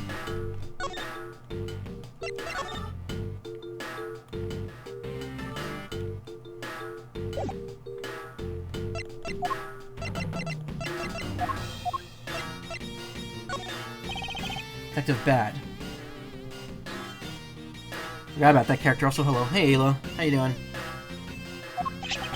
Did you know of the existence of this item in the photograph? Of course I did. It's my job to know everything related to the Yatagarasu case. In that case, let me ask you something. Did you know that the knife that killed Mr. Faraday and this Yatagarasu's key are one and the same? What? That's impossible! Looks like you didn't know after all. This piece of evidence, which we call the Yatagarasu's key, is actually a well-camouflaged knife.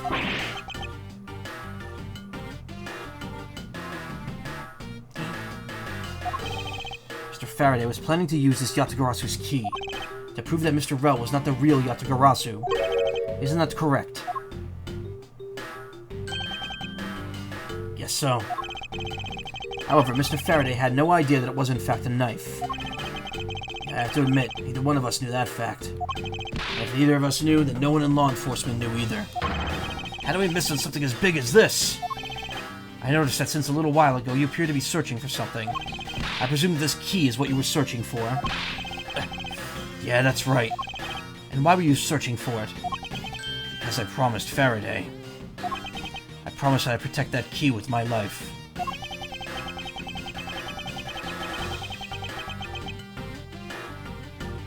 But after he was killed, the key disappeared from Faraday's evidence bag. Who would have thought that the key is what took Faraday's life? You know, Joe Miles, butterfly knife it. I've done absolutely nothing today but play FF5. Oops, unless you finished it earlier. How do butterfly tricks on that Yatagarasu's key knife? FF5 is a classic. Key knife. It's a keyblade. Detective Bad. So that we may find the truth, please testify for me one more time. Alright. But it doesn't matter how many times I tell you about what happened. Nothing will change. Detective Bad. I ask that you please testify once more. About what happened in lobby number 2 and what you experienced in lobby number 1. My answer's still the same. And this is the last time I'm going to do this. That's fine, because I only need this one last time to clear everything up. And find the truth behind this case.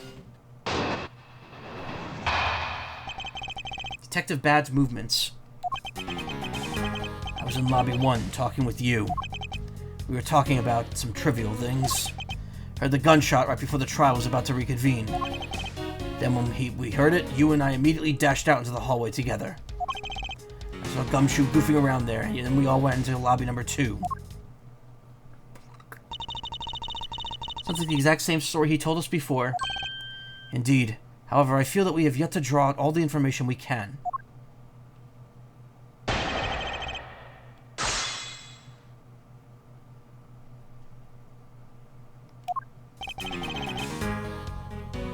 Hold it! Why did Miss Yu choose lobby number 1? Answer me. Who knows? She just said that she had something she wanted to talk to me about. And when we walked into lobby number 1 together, that's all.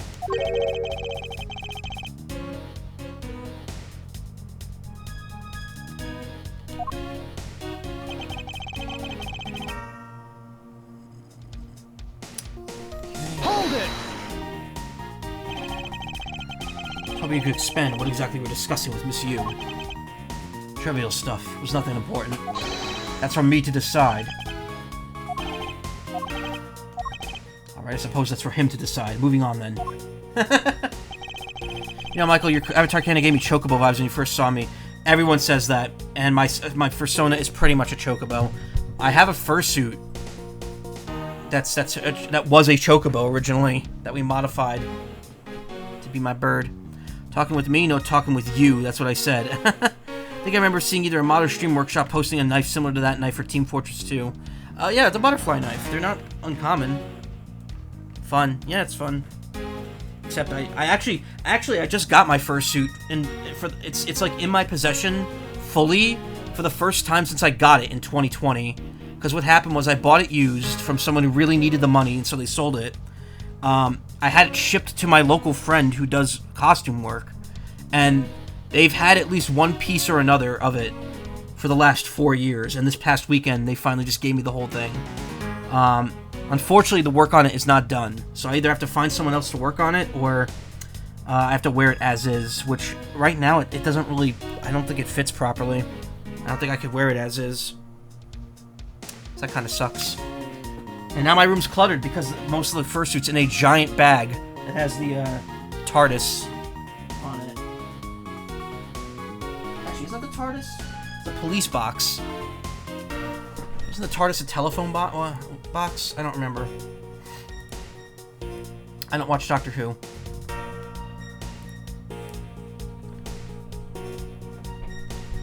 Hold it! Until you heard the gunshot, did you notice that anything else was out of the ordinary? Didn't hear any other strange sounds until that gunshot. The gunshot Detective Bad heard was really the one from the murder. That would give the other piece of evidence an entirely different meaning. I ask that you please amend your testimony with that statement just now. Sure. Didn't hear any other strange sounds until that gunshot.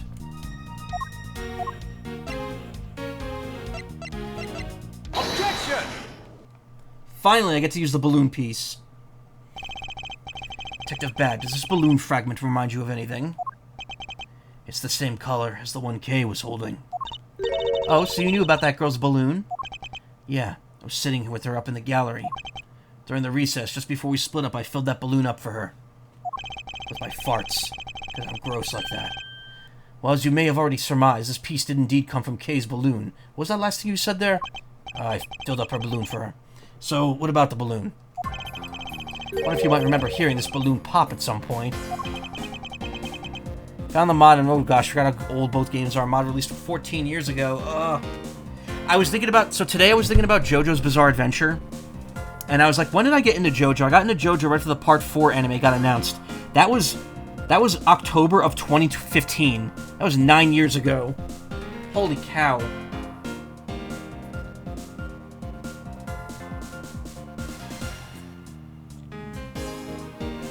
Ugh.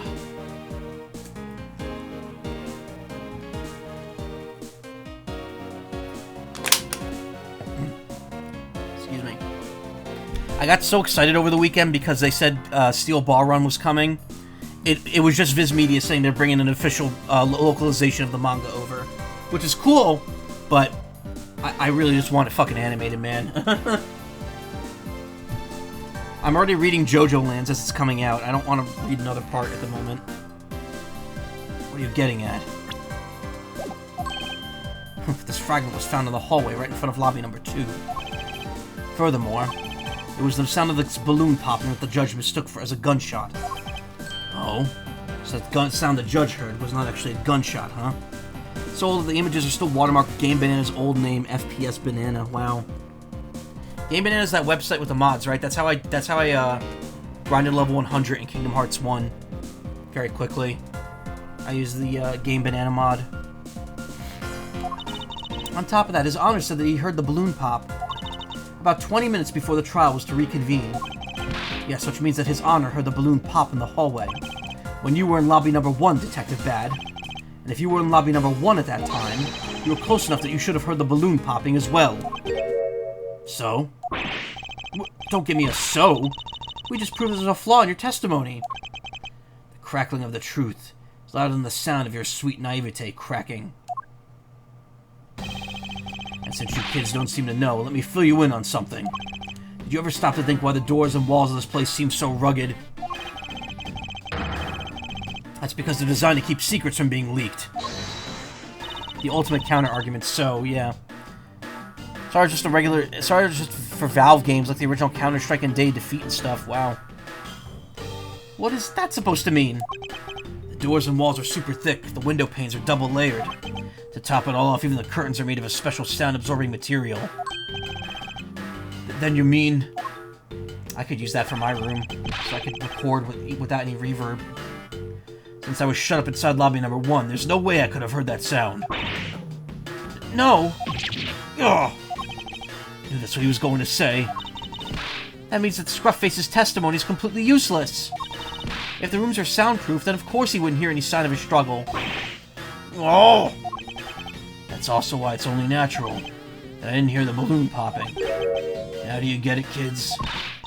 Miles, I thought we were supposed to be the ones finding flaws in his logic. Not the other way around. The other way around. It's not possible to hear the sound of a balloon popping if one were in lobby number 1. However, if we examine the situation in reverse, a person standing in the hallway should not be able to hear the real gunshot either. And yet Detective Gumshoe claims to have heard it while he was standing in the hallway. Detective Bad, if that's the case, how exactly did you hear the gunshot? What do you mean how? I just did. If it would appear, you've yet to realize a contradiction in your own words. This is the case where you get to see the judge's legs, isn't it? Yup. We talked about that last time, too.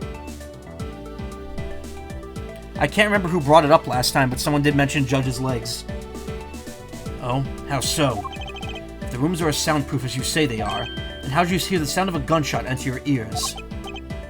I see what you mean. Guess I'm more out of it from Faraday's murder than I had thought. Which means exactly what, Miles? In the end, what does it all boil down to? What? It boils down to this. There must be a reason. As to how Detectives Bad and Gumshoe heard a gunshot they theoretically couldn't have. Looks like we need to examine the state of the crime scene again, huh? The state of the crime scene? The state of the crime scene. Wait, can it be? Ultra strong perfume you wears. She spilled some of it.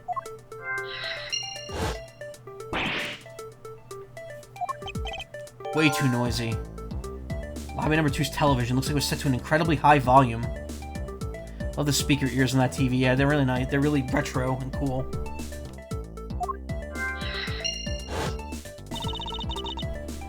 Surveillance video? How could a piece of evidence just disappear? Where did it go? Alright, we're logicking this.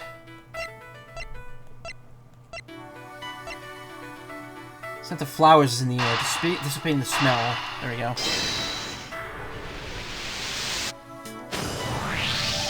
It's simply not possible for the killer to escape through barred windows, and yet the fragrance of the perfume managed to escape from defendant lobby number 1. Of course, incorporeal things can move freely through these open barred windows. That's such a roundabout way of saying you could smell stuff from another room. Where did the surveillance tape from Mr. Faraday's bag disappear off to? The loud television. It's in the VCR. Never mind. And the pieces don't fit together quite right. Ah, wait a minute. Sound is incorporeal. Now then, what else besides the smell can go both in and out of an open barred window? The answer is sound. So no matter how careful the killer was, if the windows were open, the jig would be up. And since the windows in both defendant lobby number 1 and the hallway were open, that explains how the sound of a gunshot could be heard in both locations.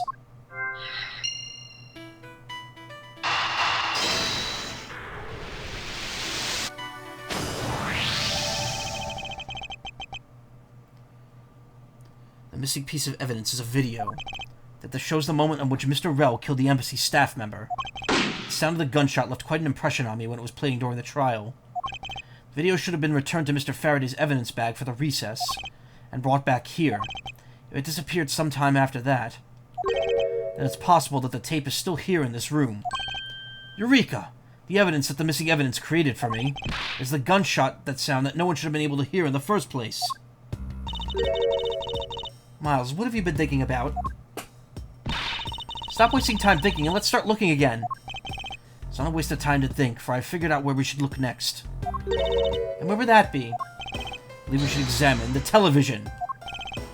TV. Well, you kids have fun. Go ahead and examine whatever you like.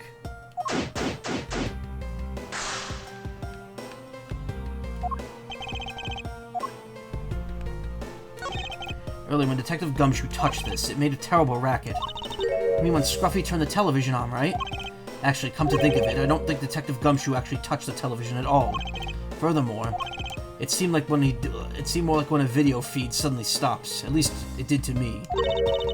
I wonder if that's why...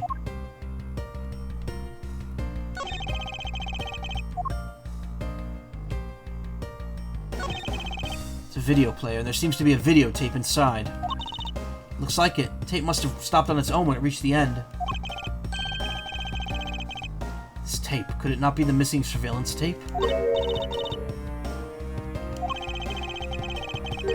Detective Bad, would it be alright with you if I verify the contents of this video?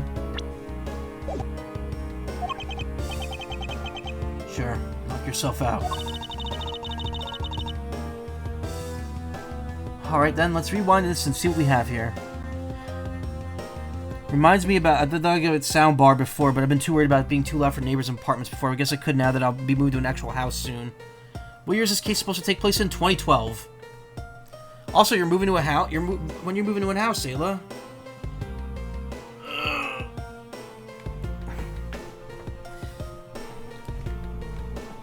That's cool. I heard you say you might be moving in with some other people, but I didn't know that was going to be coming up. I thought it was just a possibility. Also, you have to forgive me. I'm a little drowsy, so I'm kind of slow tonight. If I remember correctly, the footage of Rell killing the embassy staff member should be at about 30-minute mark from the start of the tape. Understood. It should be about right. Now then, let's see.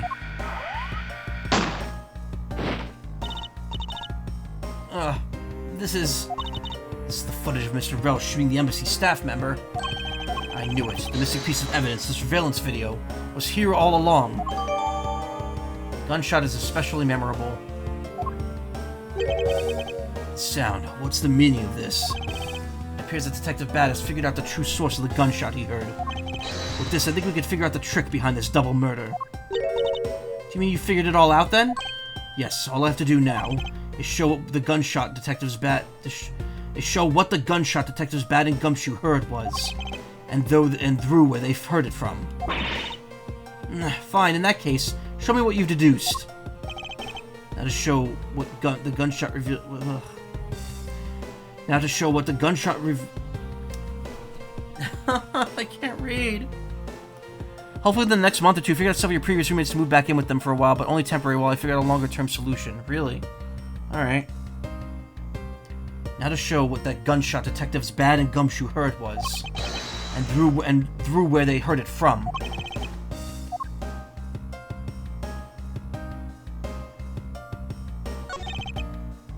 Just as with the spilled perfume in lobby number 1, if the windows were open, that piece of evidence's sound would also dissipate out. Now to show what the gunshot detectives Bad and Gumshoe heard was, and where they heard it from. Okay. So someone left this video on play here the whole time?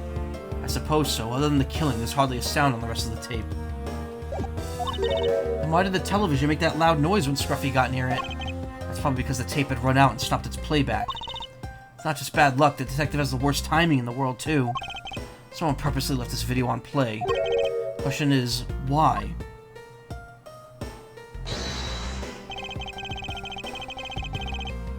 This feels like Danganronpa where everyone repeats, gotta show what this thing is when it's incredibly obvious. Yep, yeah.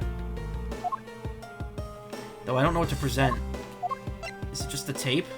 Eureka! No. This piece of evidence will clear away the last remaining contradiction in this case. Miles, I believe that piece may actually be proof of a different last of sorts. It proves that today will be your last day as a prosecutor. Ugh, appears I've made a mistake. However, I know that last riddle and its answer lies somewhere within this room. You need to calm down and think it through once more.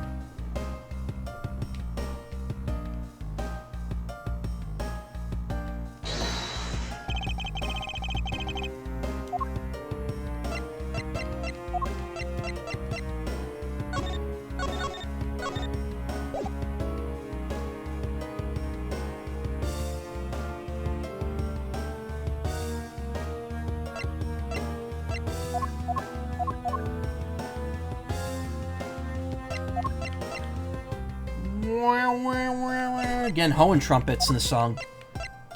Eureka! If the door and the windows of the crime scene, namely this room that we're in, were closed, I had the right evidence, I just wasn't clicking on the right spot. The killer could have used the gun and no one would have been the wiser. That's true. This courthouse does seem to be well designed for such a thing, as it were. However, what happened in reality was... Detective Gumshoe, Detective Bad, and Miss Yu, all three of them heard the gunshot. Well, the windows in lobbies 1, 2, and the hallway were open. So naturally, the people in those locations could hear it as well. But then why would the criminal open the window in the first place? To allow the gunshot to be heard, I suppose. Correct. It's the only logical conclusion we could draw from this. But why was that necessary in the first place? I want a real answer, Miles. I demand satisfaction. Very well, I believe that the killer wanted to manipulate our perception of a certain fact. What was it that the killer wanted to manipulate our perception of? Crime scene, when the crime took place, murder weapon. When the crime took place. Killer wanted to fabricate the time of death to their precise wishes. And they used the gunshot in the surveillance video to do so. So that's why the tape was left running. You mean the gunshot I heard was from this video? Yes, which means that the murders really occurred in an earlier time than we thought. It must have been during the recess, but before Detective Gumshoe was on guard duty. Someone who has no alibi for that time period, and planned this crime out in advance. That person is the real killer. Sweet health. Thank you.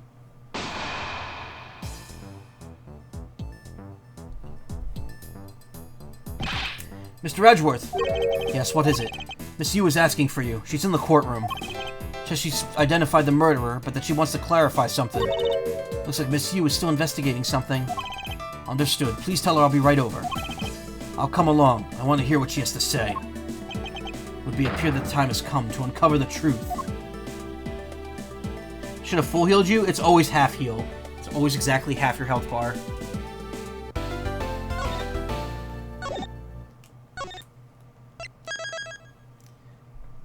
Confrontation former.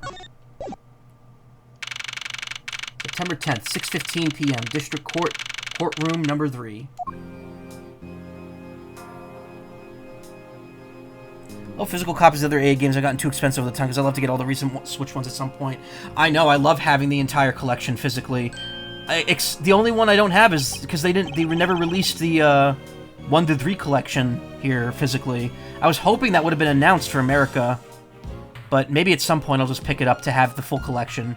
I mean, I did that with I've bought. I mean, how many times have I bought Ace Attorney? I guess twice. I bought Night in the Woods 3 times. I have it on Steam, Switch, and I have physical Switch. Legend of Mana? I played that game fully. I still bought the Switch version of it. That was the only physical game I got in this series, Apollo Justice for the DS, since that was back then when that was the only legal way to play it, yeah. Okay, what are you doing here? Oh, hello, mister. I'm still investigating. The object you're looking for is already... Hold it. Okay, don't mind him. Please continue with your investigation. Okay, you got it. Detective Bad, haven't we already found what you're looking for? It means I could keep her in the dark just a little while longer. Any little task will do. Oh, you're more sympathetic than I thought. Huh. This isn't a trial. Why are we getting on opposite sides of the courtroom like this? Okay, is a really fun outfit? Yeah. I was so sad it wasn't on the Wii, too, since I played the rest of the series at the time. I didn't realize that the Wii versions of the games had, like, a unique, like, edit of a song from each of the games that play on, like, the little splash screen.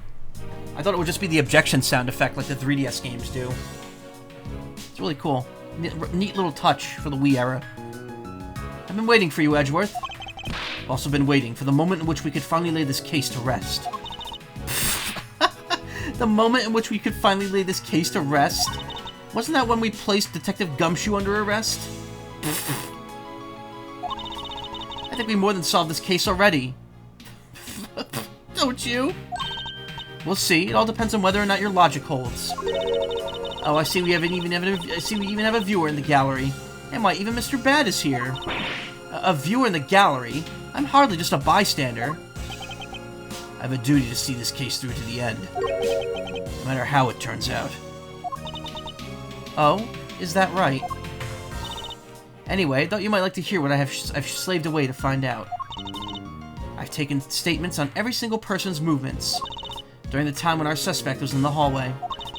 I also confirmed that there was no possible route of escape from lobby number 2.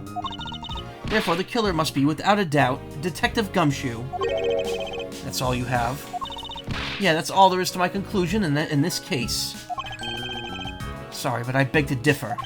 In a trial, there's always time for rebuttal, and we are standing in a court of law. It'd be more than appropriate to follow the rules of the court in this case, don't you think?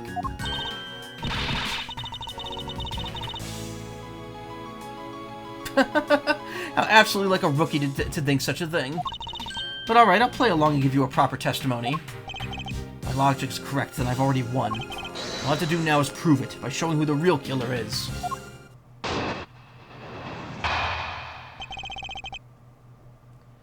Alright, had your hour of nap to catch up on some sleep? Aw, man. I'm gonna sleep fucking good after tonight's stream. Also still upset Dual Destinies didn't get a physical release at the time because Nintendo didn't let me download it because it was rated M on the eShop Block Miners. I'm downloading it entirely. Could still play the demo for some reason, though. Alright, when I met you for the first time, you were... That was 2017. I don't know how old you were at the time. But yeah, when Dual Destinies came out, like 4 years before that point. It's so weird. Oh my god, the last decade's been a blur for me. I cannot believe it's been over 10 years since Dual Destinies came out. You were 18 in 2017. Or you turned 18. Okay. I met you, Jess, Gamma, and I think Nalos, all within the same couple months of each other. Just by sheer coincidence. It's so weird. I know the first time I met Nalos in person, he was still... Because it was at Anthrocon, and he was there with his sister and his, I believe his parents. He was still in high school at the time. That was 2019. I don't know why I'm getting hung up on numbers here. Misuse argument. Everyone sensed the suspect has an alibi for when the gun went off. Furthermore, the areas around the crime scene have all been thoroughly investigated, right? I also confirm that there's no possible escape route from lobby number 2. Which leaves us with one unshakable conclusion, that Detective Gumshoe is the real killer. Now you have your testimony. I expect a good rebuttal, Edgeworth. But of course, there's no need to confront her logic head-on right now. I should instead focus on drawing out any trump card she has up her sleeve. Okay, press time. Misuse argument. Yeah, use an interesting character. I love the earrings. I didn't wear them a lot this past weekend, but I was wearing my Potara earrings, my clip-on Potaras. And Nessie has one for her costume as well. Hold it! The suspect, but I thought that Detective Gumshoe was already as an alibi Detective Gumshoe's alibi has already been proven. Just bothered me that they're on the wrong sides here. Oh, because of the mirrored sprite.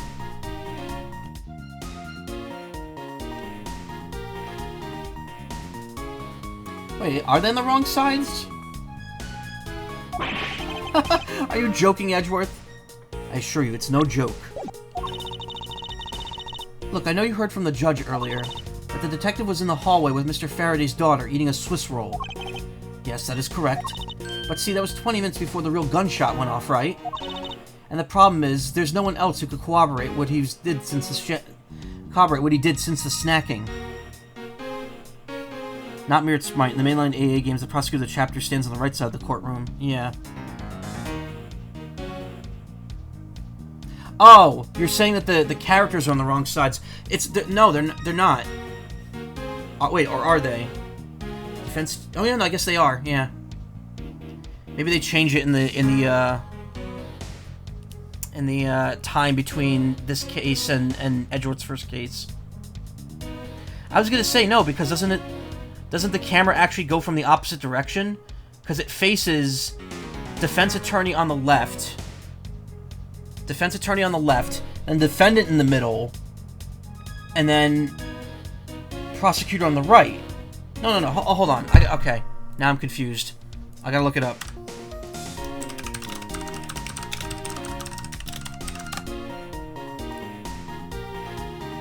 No, it's right. It's correct. It's right with a W.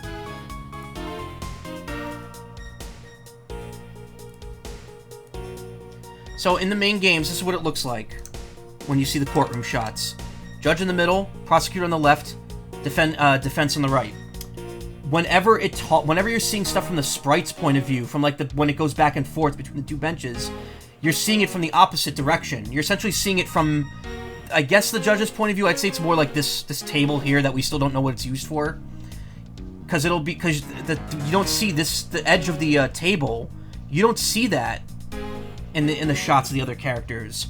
And when the camera pans back and forth, the defendant stands in the middle, so they're not on the wrong side. It's just the camera's pointed in the opposite direction. That's why in this particular scene, the defense, specifically in what we're seeing in this game right now, the defense is on the right, because we're seeing the judge's bench in the background. So the camera's the opposite of what it usually is. Yeah, it's confusing, but truth be told, that's actually, the anime fucks it up, because the anime actually has it switched. So you're not entirely wrong. Think about that, the camera's typically facing away from the judge's seat, you're facing towards it, yeah. Exactly.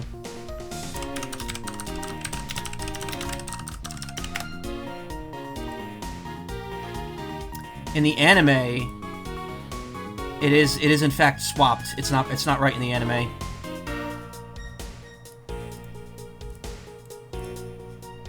Don't do that. You see Phoenix and Maya are on the right, and Edgeworth's on the left, and he's on the right. Also, the defense, that desk is still there. So in the anime, this desk is just used to present evidence. There's no chairs here. Also, back here is like, there's a defense bench, and then there's just like another random bench back here that serves no purpose. It's weird, like there's no other way to get out of the courtroom. But yeah, the desks are still... I don't know.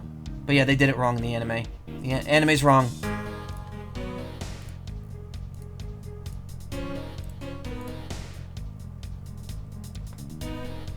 Problem is, there's no one else who could corroborate what he did after the snacking. I see she's done her research well. It means that I should focus on drawing out whatever trump card she's withholding. Hold it! Whether they have been thoroughly investigated or not is for me to decide. That's scrunched eyebrows and lines on your forehead are back. Anyway, even if you believe it hasn't been exhaustive, the crime scene, lobby number 2, has no other way out than the hallway Detective Gumshoe was standing in. And because he claimed to be there, that makes him the only possible suspect. But isn't it possible that someone else escaped through a window and into the garden? That's the first place everyone looked, silly. The police aren't a bunch of lazy bums. They looked into every possibility, you know? Isn't that right, Mr. Bad? Yeah. There wasn't a scrap of evidence to suggest someone used one of the windows. There also weren't any footprints or anything in the courtyard garden. Suppose they really did check everything that could be relevant to the case. Hey, Celine. How you doing? Remember an upcoming still image looked closer to the original bench sprite, and it would have been more effective if it looked like it was on the same side. They would have been from the original games. Yeah, I guess so. If we want to talk weird... Okay, wait, let me see. I know I'm cutting away a lot here, but I want to see something.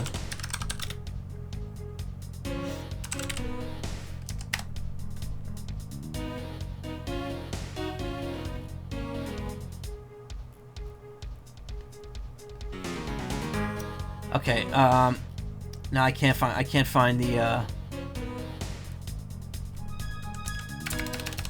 can't find the meme image I was looking for. So,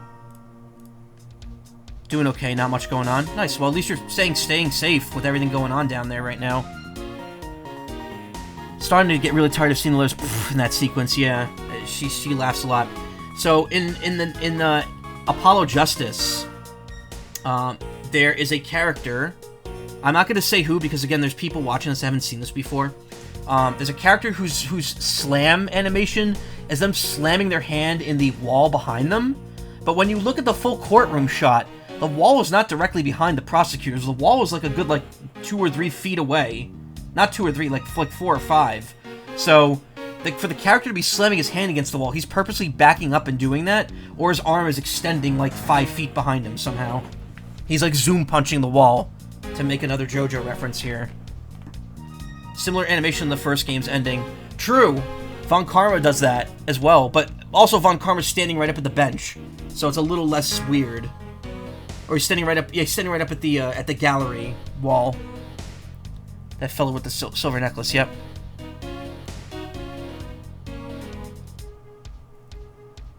Hurricane's not concerned for Georgia, more worried for your friends and family in Florida, same. But I mean, I wasn't talking about that, I was talking about the giant friggin' poison cloud. Giant chlorine burst.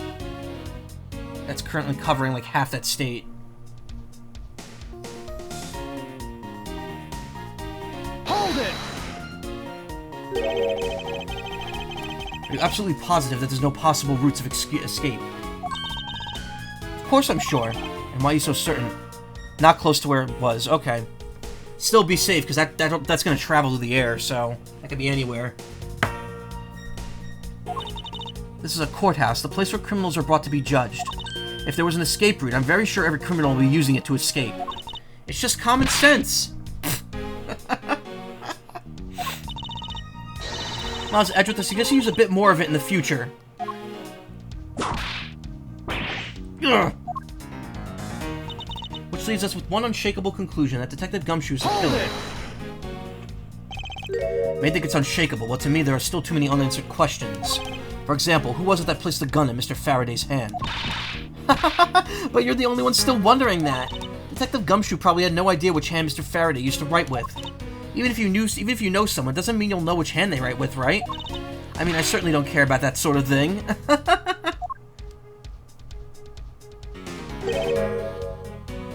This character's what conservatives think Kamala Harris is like. You know, I kind of understand that line of thought. I mean, what you're saying, not the conservative line of thought. I'll never understand those people. Not about to let her get a rise out of me with such a flippant statement. I suppose we've really reached the end now. Wow, a cross-examination that ends with just pressing. That you haven't seen one of those since like the second game. I already have my trump card ready. All that remains is to play it. But before I do, I think I should inquire a little more into a little something more about her argument. You said earlier that you confirm the alibis of every other person other than the suspect. However, I don't recall either Francisco or myself speaking with you about the subject. Oh, but there were witnesses. For you, there's your mentor who gave you an alibi. I see. And for little Missy, she came to the courthouse during the recess. She was stopped by a security guard at the door to the hallway. She gave him quite a whipping for that, or so I heard.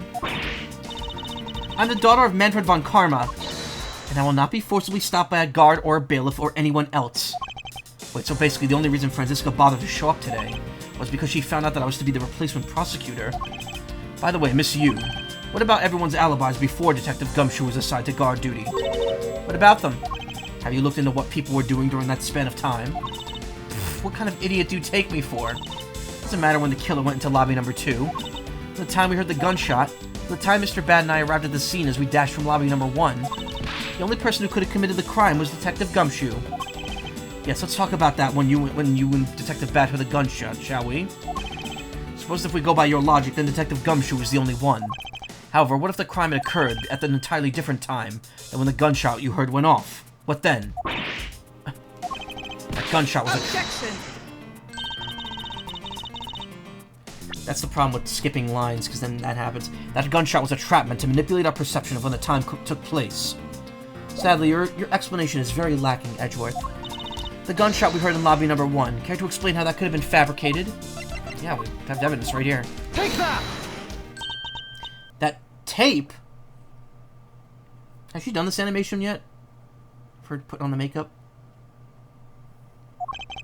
Yes, it's exactly what you think it is. This is the surveillance tape of Mr. Rell the prosecution presented in today's trial. This was found loaded into the video player in lobby number 2. That was connected to the very large television that had its volume turned all the way up. All the way up. Nothing could stop me. You can't honestly mean that the sound we heard was the gunshot in the video. Ah, but I do, which leads me to my next point. The murders occurred much earlier than when anyone heard the gunshot. That's the only thing I could think of, too. After committing double homicide, the killer took the surveillance video out from Mr. Faraday's evidence bag, turned the television's volume all the way up and left the video to play. If played from the beginning, it would take 30 minutes for the gunshot sound to come on. And since we now know that this method of time manipulation is possible, it opens up the possibility that the killer is someone other than Detective Gumshoe. Objection! Sounds from a television don't amount to much here. But of course, Mr. Prosecutor Edgeworth and Little Miss Von Karma already knew that much from the very beginning, right? Of course we knew, didn't we, Miles? Yes, of course, we knew about the soundproof quality of this courthouse's rooms. Of course, I'm not about to admit we had no idea until only a little while ago. That's right, if the rooms are soundproof, then we should not have been able to hear it. And yet we heard the gunshot clear as day. And that's it, end of story. But it's not. How should I explain why we were able to hear a gunshot from a soundproof room? The window was open. There is actually one common point between lobby number 1 and lobby number 2. And it's that despite the fact that both rooms have air conditioners installed, a window was open in each. Dodge up away from being Phoenix Wright versions of L. Legally Blonde Woods. No, I don't think so. Also, my chair is sinking very slowly. I could feel it lowering. Now we know that the window in lobby number 2 was opened by the killer. However, a window in lobby number 1 was also opened. Objection! It's probably just coincidence that they were both open at the time. Objection! It was no mere coincidence, I assure you. Why was the window open in lobby number 1? The answer to that is a certain person did something to cause the window to be opened. And the person who triggered that action, that person is the real guilty party. The real killer in this double murderer is... Same perfume as the lobby spilled in lobby number 1. Misused perfume. Given to Bad by you. That perfume was so strong that they ought to open the window in lobby number 1. Meaning that was done on purpose. You did that on purpose. And I think you can understand what that means. Take that! Miss Callisto, you! I hereby formally indict you of the murder of Mr. Faraday and Mr. Rell. What? You indict me? Are you serious, Miles? Why do you think she's the killer? I don't understand her motive just yet, but of course I'm serious. Because she's the only one who could have done it. Well, Miss Yu, do you still feel like laughing now? Of course I do, Edgeworth. My argument must not be tight enough yet. Although I never thought things would spiral into this. But I'll have you know, I'm enjoying this dance. Quite a bit. Guess this means it's time for my own rebuttal now, right? Miss Yu's rebuttal. You argued the window was opened. However, do you have proof that it was I who did that? Furthermore, do you have proof that the tape was used in committing the crime? Frankly, I'm shocked at you for going around accusing people of murder like this. Especially with the logic as full of holes as yours. This is where it really starts. Mustn't let my guard down for even a second, or the truth will blow away. Now's the time to put the patented Von Karma perfect proof to the test.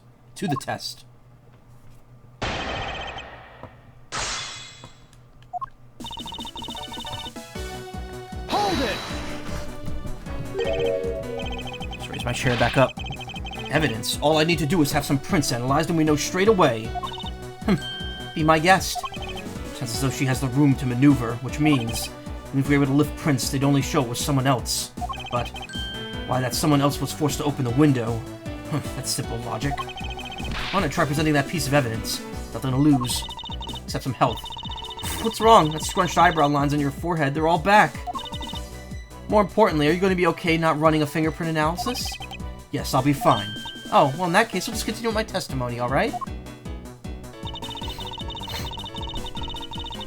Hold it! I thought I just proved that it was. Sure, you proved that the tape was there at the scene of the crime. However, that doesn't prove that it was actually used in said crime. Unfortunately for you, Miss Yu, the fact that the tape was there at the crime scene is in itself very important. How so? By the very existence of that tape at the crime scene, it proves the possibility that the when of the crime could have been fabricated. And that possibility alone renders all alibis and witness reports irrelevant.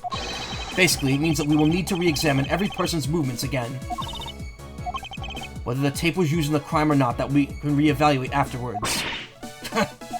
So in conclusion, you're admitting that you can't prove that it was at this point. Hold it! Even if you're shocked, it's no concern to me. I do things my own way. Oh? See that you're not laughing for a change. Because I'm shocked. Again, you being shocked is of no concern to me. Let us continue with the testimony. Alright, but let me just say this one thing. You shouldn't go around accusing people. Hold it! Full of holes. I suppose it just might be. Oh, admitting to your faults now, are we? At this point in time is what I meant to say. Should I take it to mean you're just a sore loser? No matter how full of holes my logic might be right now, if I plug them one at a time, I'll ultimately make my way to the truth. What a paradox. Take care not to fall into one of those holes before you fill it up. I'm funny. Miles, you remember, don't you? About why a window in lobby number 1 was opened? Yes, of course I do. And that's how I'll attack. I'll present the reason why the window had to be opened.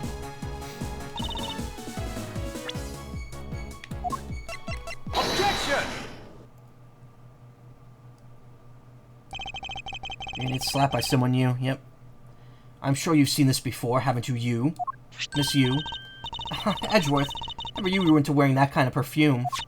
It's not exactly what I'd recommend for boys, you know? What? This isn't mine?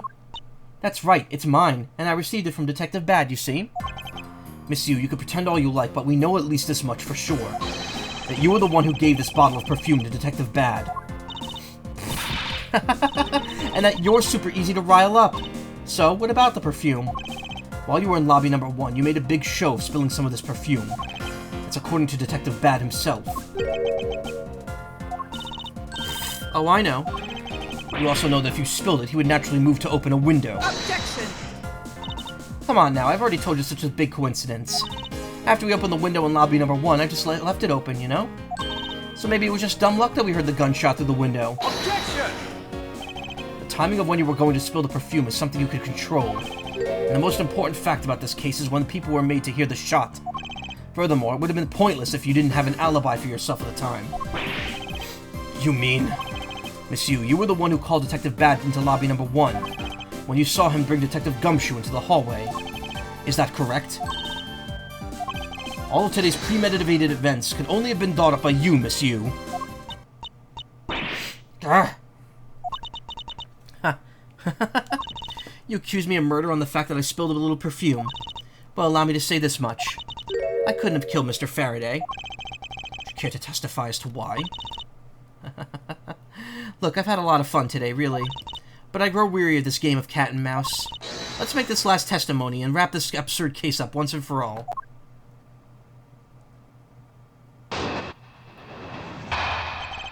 Why, it couldn't be me. Accusing someone of murder over a spilled bottle of perfume is a bit over the top. But I suppose forgery of evidence is to be expected of a disciple of Von Karma. In any case, it simply could not have been me who killed Mr. Faraday. After all, I don't even know where the knife that was used to kill him came from. Well, her testimony is flawless. Yes, but no matter what sort of trick she may try to pull, she won't escape me. If I'm lacking in information, I'll just draw it out of her. Coincidence pathetic. It's all frantic defense by someone who's had a nerd touch. Yep, exactly. Hold it! I think I already explained the significance of that earlier. You only confirmed that I did spill some perfume. But that's all. Then you would accuse me of murder based on a simple spill. Don't you dare complain when I sue you for defamation of character. Do as you like, but as for me, I believe. You believe? I believe that you are the true culprit in this case. My, you're enthusiastic. Of course, I should have guessed. Anyone else watch the new Technology Connections video today about the batteries with the old press function on them, where you can see how much juice they had left? I used to use those all the damn time. I thought that was the coolest shit ever.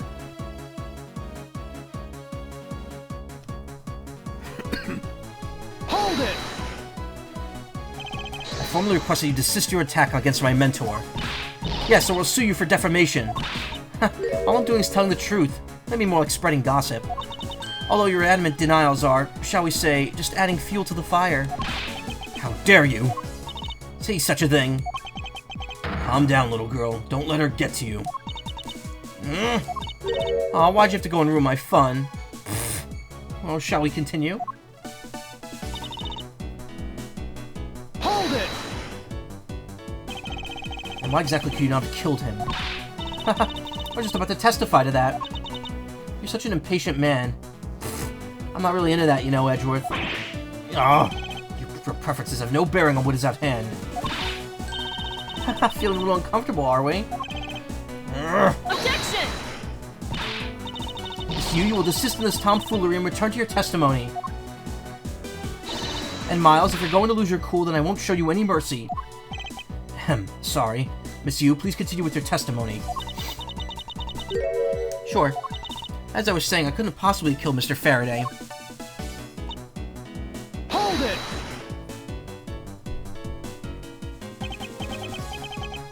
At this rate, she'll inevitably escape. But if she really was the one who killed Mr. Faraday, then she must have known about the existence of the knife. I'm sorry, Miss Yu, maybe you weren't aware. However, that knife was used to kill Mr. Faraday was taken from his evidence bag. Miles, what do you think you're doing? Drawing the truth out of her, that's what I'm doing. Huh? But I don't recall a knife being presented at the trial earlier today. Well, I suppose it's because the evidence was something Mr. Faraday had yet to use. So that's what you're trying to do. Look, why don't you cut it out with the lies? I've already figured you out. There was no knife inside Mr. Faraday's evidence bag. The only evidence that he'd been sent to present was the key the Yatagarasu had sent. And unless the key can magically turn into a knife, you really don't have a leg to stand on. Did you really think you could trap me? Come on now, be honest. Never intended to do such a thing. It was all a misunderstanding on my part. In any case, I wonder if you might append what you just said to your testimony. Sure. Why not? I'll even say it as many times as you want. There was a key in his evidence bag, but you can't kill anyone with a simple key. Objection! Miss Yu, I wonder if you might take a look at this photo for me. This is a picture of the key the Yatagarasu sent to the police. However, while it may look like a key at first glance, it in fact has the secret ability to transform into a knife. Which means that what was inside Mr. Faraday's bag was both the Yatagarasu's key and the murderous knife. You knew that the key was inside Mr. Faraday's bag, did you not? Yes. Well, with the Yatagarasu's key alone, it's more than possible to kill Mr. Faraday. Ugh. Do you understand now? Just knowing of the existence of the Yatagarasu's key.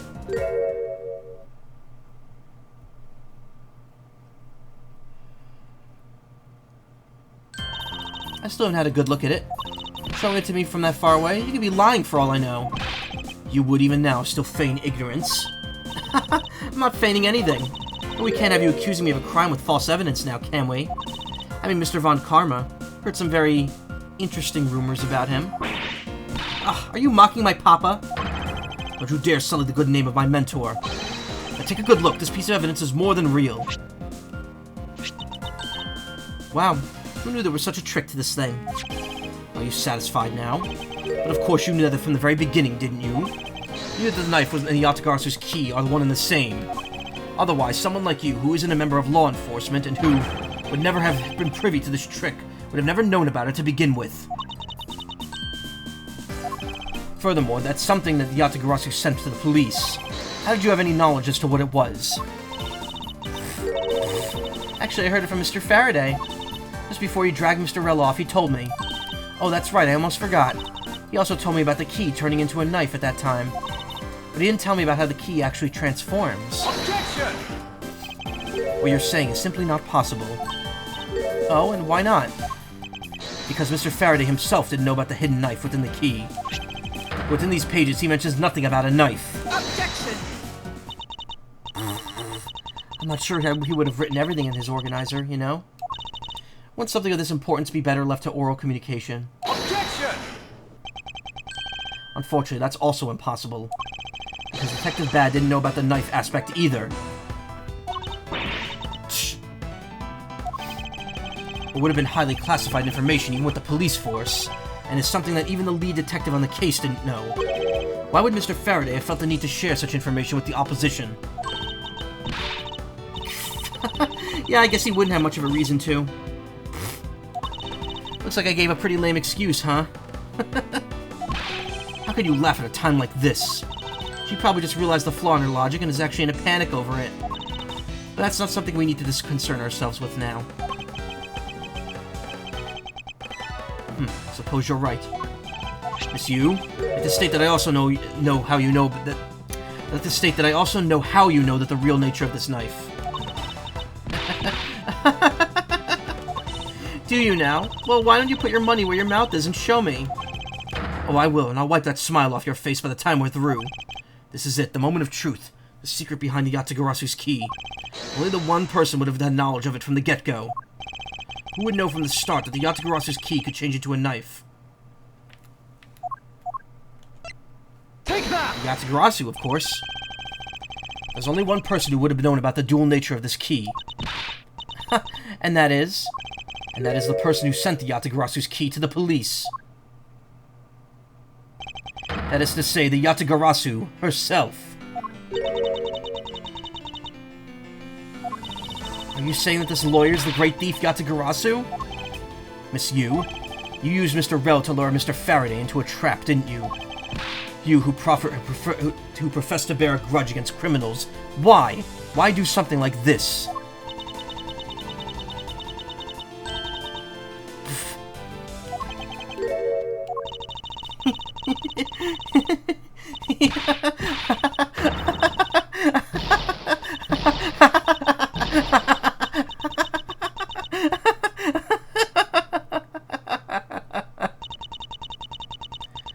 Who would have thought that you,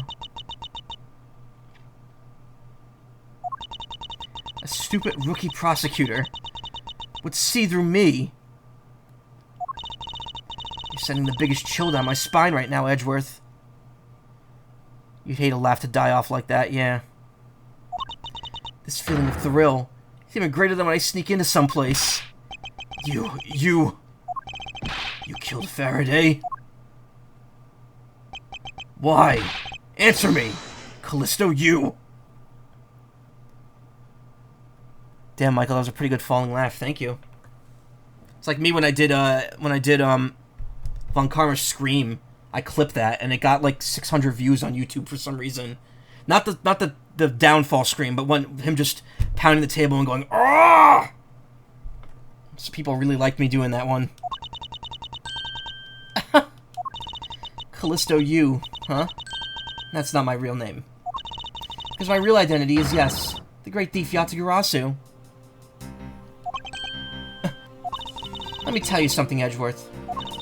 Mr. Faraday was one difficult man to deal with.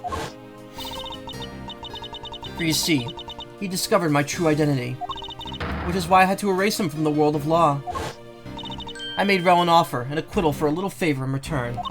All he had to do was accuse Mr. Faraday of being the Yatagarasu in court. But once we entered the recess, Rel was dragged off by Mr. Faraday, which threw my plan into a complete mess. I chased after them and eavesdropped on them through a crack in the door. That Rel caves to only two things, money and authority, just as all thugs do. I feared my plan was going to be ruined if Mr. Faraday held on to Rel any longer. Plus, if he had let them continue on the way they were, I would have been found out. That's why I had no choice. I had to kill them both.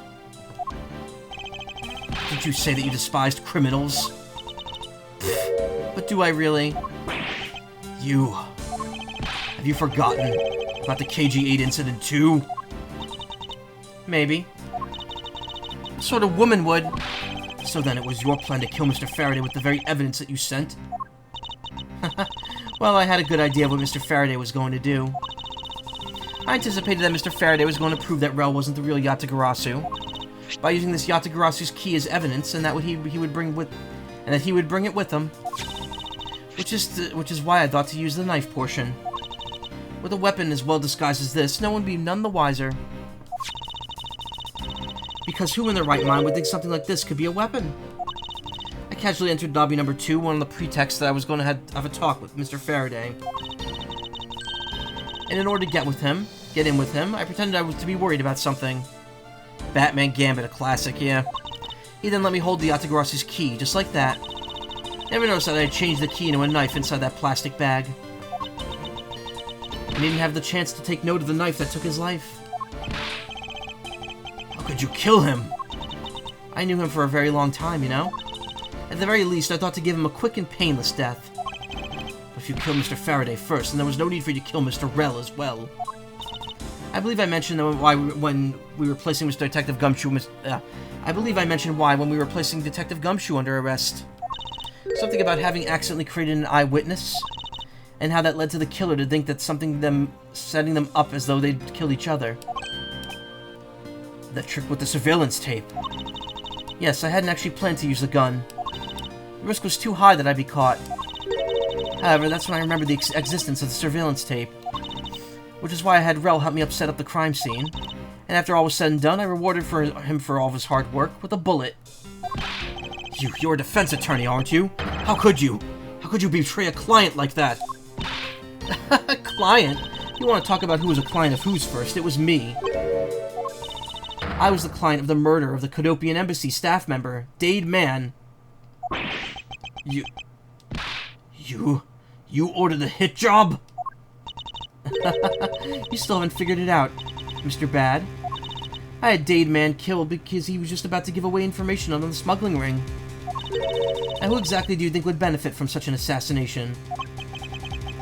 Can't be. You're... That's right. I'm a member of the smuggling ring. What? How could this... You don't mean... You're working with Manny Cochin too, do you? Maybe, maybe not. Guess you'll never know. Yatagarasu claims to be noble, but you're just another cold-blooded murderer. That's right, little girl. The Yatagarasu's just another killer. Be quiet, you! Yatagarasu! You could run from the law, but you'll never escape it.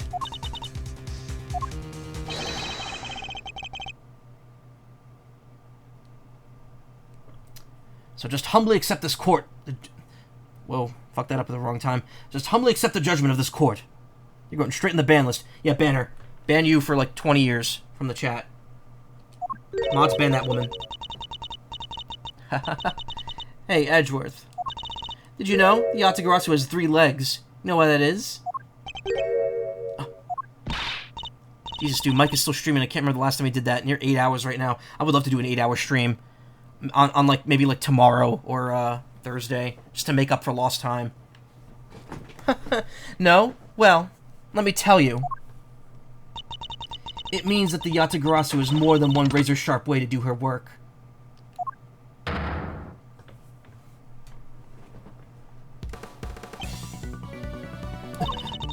You really are too naive, Edgeworth. For her neutral special, yeah, you wield a gun.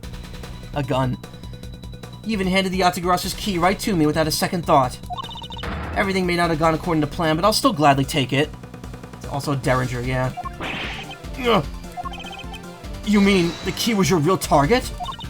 And even after I gave you such great advice, didn't I tell you to always keep a good eye on a criminal? Or you may regret what comes of your negligence. You two, get down! Eek! My body, I can't move. Hey, mister, to your right!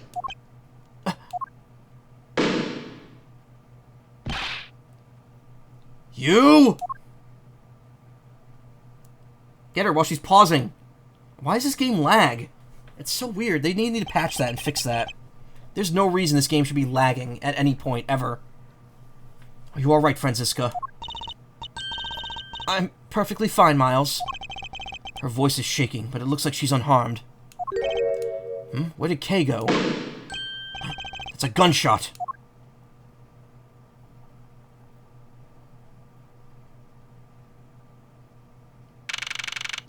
September 10th, 7 p.m., District Court, Courtroom number 3. That's her second bullet, yeah. It's true, this emulation, it runs like a DS game. Yeah, I know. It's just weird. It's only when there's a lot of characters on screen at the same time, and someone's moving. For some reason, there's just lag, which is really weird. These games are not, like, super intensive. They should not be doing that. I'm assuming that's like a compiling problem and not a Switch issue. I might have to look at this game on PC and see if it still happens. Wonder if defense attorney holding a gun might actually be a reference to how it was looking like Apollo held a gun. It was a meme from his game. Maybe. I don't even remember that meme.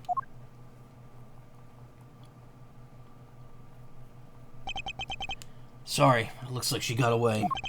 I called the precinct. They should have a perimeter set up soon. Detective Bat, are you alright? I heard a gunshot. I'm okay. Just got another hole in my jacket. I say he's fine, but he looks quite shaken. But more importantly, boy, I mean Mr. Edgeworth, Miss Von Karma, are you two hurt? I'm absolutely fine. I'm also alright, thanks to Kay. Speaking of Kay, where is she? I don't know, she just sort of disappeared. I'll go look for her.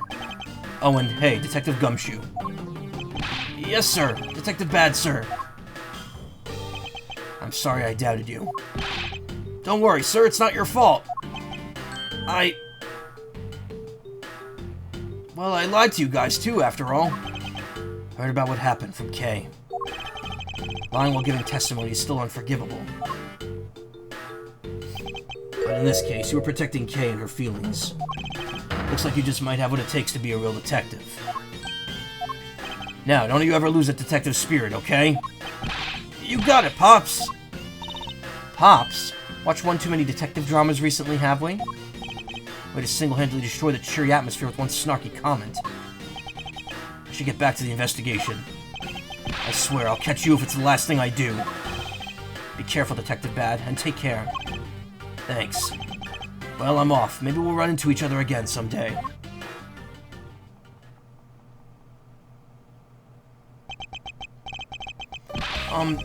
Thanks a bunch, pal. You're the best. At one point, Apollo does his pointing animation while the window showing evidence is up, and it's a pistol, and it covers his hand. Oh, right. Yeah, that's true. I forgot about that. Even weirder seeing the judge's legs in HD. You're the best. You really did find out the truth behind everything. Yes, well, I'm glad we solved everything before you were taken to prison. He has legs. This rewatch made me like this case a little more. I love this case. I think this case is one of the best ones in the game. I don't feel like... This game has no weak cases, in my opinion. Airlines is maybe the weakest, but I feel like this game has very strong cases all around. Same with the second game. The Edgeworth sub-series is just really good. Like, completely.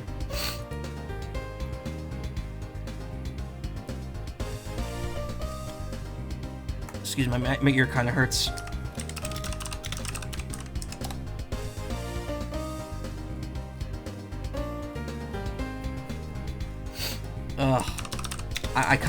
I'm kind of still mucusy from when I was sick last week for some reason. I don't know why.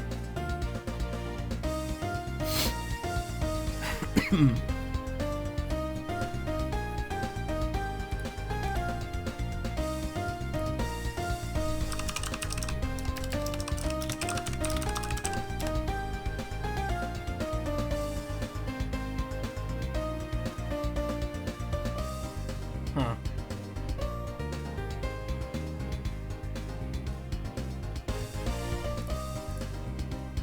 Episode 5 dragged in this? Yeah, it's very long.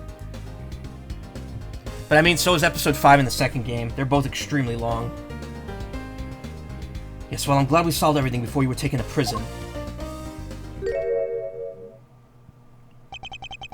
Can't believe how much trouble I caused you with my testimony, Detective Gumshoe. Oh, it was no problem, really.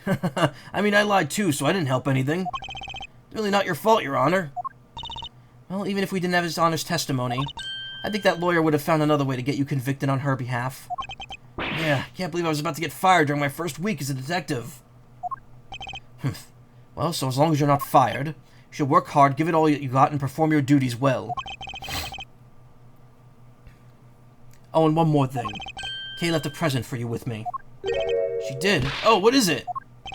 What was it that Kay left for me? The proof of their friendship? Clearly this perfume, but the chocolate handprint. That was a Swiss roll. It's a courthouse special Swiss roll. Can I really have it? Yes, it's a present meant for you, after all. Thanks a bunch. You have no idea how happy this makes me, pal. I'm gonna eat this right now. Sure, go ahead. Swiss rolls Detective Gumshoe and Kay bought together. While Kay saved the ones Kay saved never reached her father. It would appear that her sentiments have touched the heart of this detective. Just randomly check the Steam store for a game that's considering streaming soon, and that turns out 75% off right now. So we'll be doing that tomorrow, later this week. Just because you're being incredibly generous in calling the Yatagarasu a lawyer. Yeah. Technically I already owned the game twice, but Steam convenient. It's weird to see the Edgeworth actually encouraging Gumshoe. I mean, this is before he got on his case.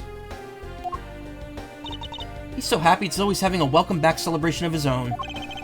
Well, I was asked by Kay to give it to him. Woo, that was good, pal. Can't believe I got to eat 2 of these delicious things in one day. It's like I'm on a Swiss roll paradise or something. I gotta thank Kay myself. Hey, wait, where is she? You only noticed just now? Was his mind not present when we discussed her earlier? Detective Bad left to go search for her earlier. Maybe you should go join him. Yeah, you betcha, pal. I'm gonna go help him. Oh, but first... You know what, pal? Actually, I guess I shouldn't be so rude to you anymore, huh?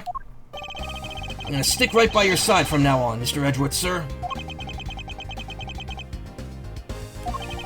I sense nothing but a most troublesome relationship from that ominous statement.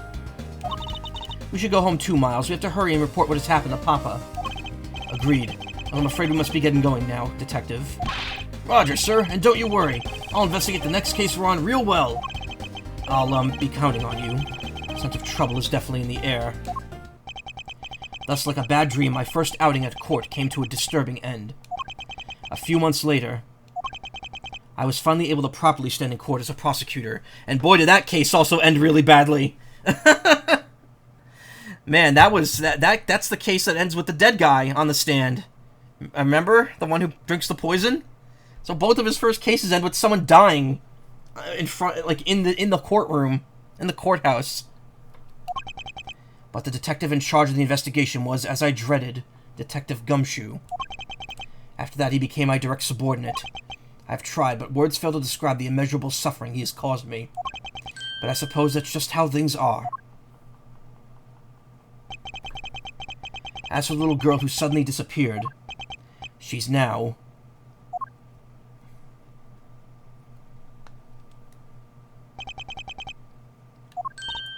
So, do you remember now? Yes, I remember everything. Kay, it's been a while. Kay, you sure grew up a lot. Of course, but thank goodness. I thought you two had totally forgotten about me. You know, I was really worried about you after all that. Where have you been all this time? Gummy, I didn't know you cared. After my father died, I went to go live with my mother's relatives. They lived really far away, so I wasn't really able to come back here all that much. Oh, is that what happened? Well, I'm just glad you're alright. Does it all make sense now? You betcha it does. Oh, you know what? I was going through my father's bookshelves recently and... Hold it! Actually, there's still a number of things that don't make sense, Kay. Huh? First of all, why'd you come all this way to see me? And second, why are you calling yourself the Yatagarasu? The Yatagarasu is Callisto Yu, the woman who killed your father. No, you're wrong. The real Yatagarasu was my father. Mr. Faraday was the Yatagarasu.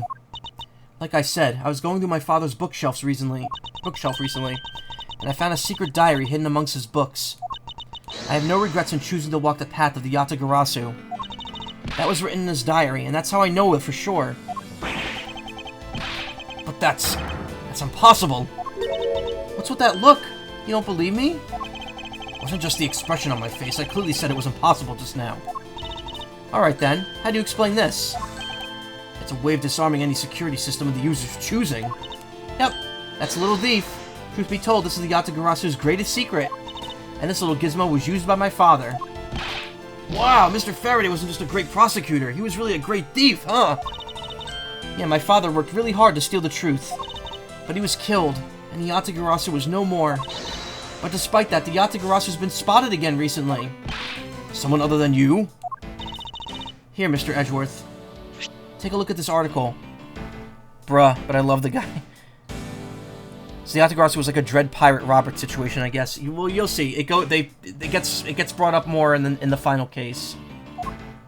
Yatagarasu sends card to embassy, evening edition. Card received by the embassy. Yatagarasu sent the embassy a calling card. Yeah, meaning this person's a fake. I'm almost certain that the Callisto Yu lady is behind this. Because the real Yatagarasu would never send something like a gaudy card out. But the Yatagarasu did send a white card along with anything to be publicized. That's what Detective Bad told me 7 years ago, if memory serves. Well, as soon as I heard the news, I got all wound up and I knew I couldn't just let it go. So I searched you out, so I could obtain the truth beyond the Yatagarasu. Because if anyone could help me find it, I figured it's you, Mr. Edgeworth.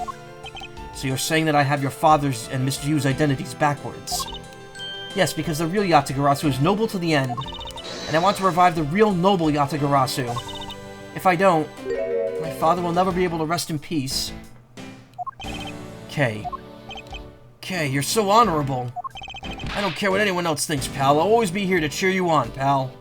I say pal twice there. Bruh, again. Wait, when did Flipper Zero come out relative to when this takes place? I don't know. When did the Flipper Zero come out? I only started hearing about it back in, like, 2021. So that would be 2 years after this game takes place. Because this game takes place in 2019. Even if you're honorable, a thief is a thief. And if you're plotting to commit a crime, then I'm afraid I can't be complicit. Mr. Edgeworth. Oh, you guys are not making it easy for me. Who am I supposed to support now? Mr. Edgeworth. She's got a prototype. Yeah, but she's also got a prototype that can make holograms with it, so... I don't really think it's the same thing. A thief is a thief, yeah, it's called rich people. Yeah, exactly. Mr. Edgeworth, what I want from you is not to steal something. What I want for you is the arrest of that evil woman. That evil woman. You mean Callisto Yu. I think it's too hard for me to catch her all by myself. But I thought that since you were able to expose her for who she is, then maybe... Please, Mr. Edgeworth, won't you help me? Come to think of it, I do believe I owe you. Huh? Owe me for what? When Miss Yu made her escape, it was you who saved my life.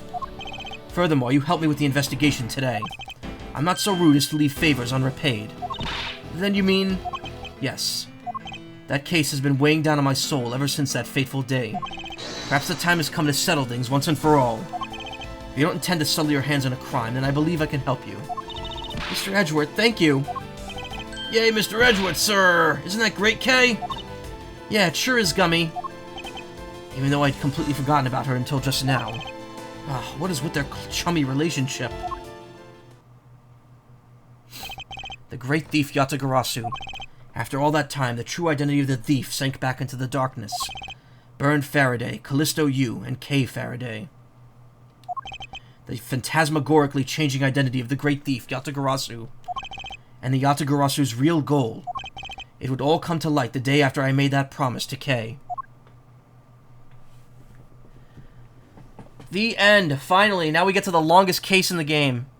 Yeah. Turnabout Reminiscence awarded. He was bluffing. She didn't know the true. She wasn't the true Yatagarasu, but she did know about the Keyblade, and claimed that her name is Reasoning. Just so you care the fuck out of her. Of course he does. You know, Edgeworth he does everything in a posh autistic way. He has the posh autism.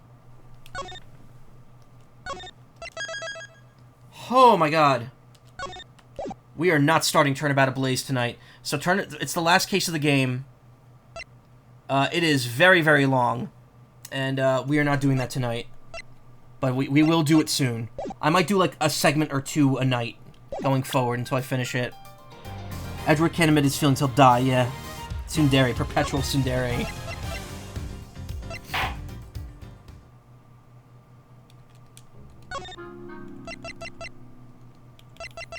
Presenting Kay's promise notebook to her, an Ace Attorney, an AIME3, okay. Behind each bench, examining all 3 benches. Step ladder stuff. Okay, so I got first step of the step ladder thing I have to do in this game. It's episode 5 and episode 3. That's second game. That's second game. This is all just unlocking everything. For examining... Okay, I gotta examine a statue twice in episode 5 to get that one. And then everything else is the second game, okay. So literally the only thing left is to get these 2. This I don't think shows anything new. I think it's just any scenes I've unlocked get shown here. Where they can zoom in on them.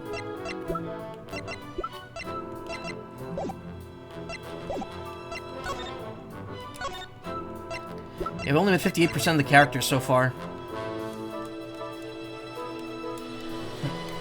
You know what? Fuck you. On HD's your Mike Meekins.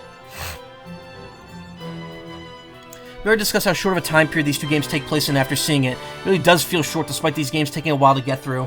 Yeah, well I mean, they're still all the same case lengths as a normal Ace Attorney game. It's just that timeline-wise, these 2 games only take place over the course of like 15 days. I do like that you can actually read the sash in the HD version.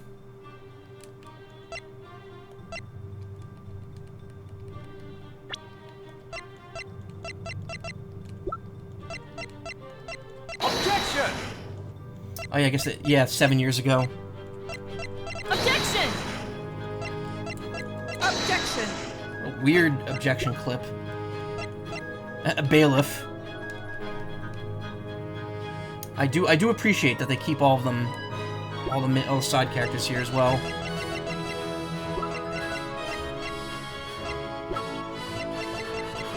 Like an old fart, like old bag. What?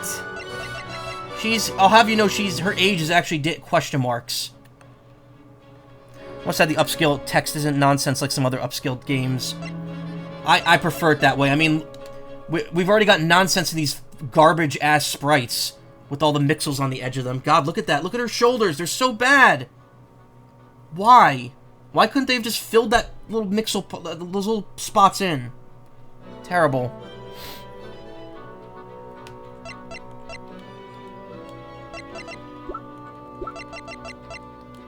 I already miss Emma.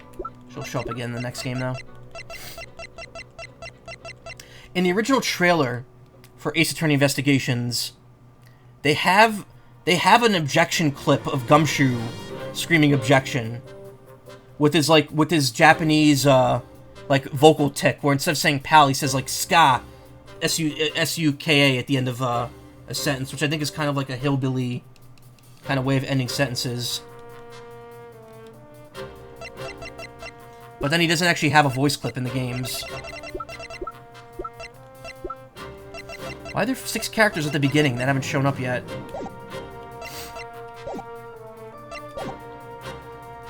Most recent example I've seen is FF14 icons got updated with the PS5 release, and there's one icon meant to Saint Master that got upskilled to Meister. Oh my god. Alright. I am much more alert and awake now. So let me unghost myself here. And we will take a very short break. Hey, gotta go. I also really want to know how you got your models done. I just commissioned people. I commissioned 2 artists for these 2. I commissioned another artist for this one. And then the rest of them are all Karma that drew them.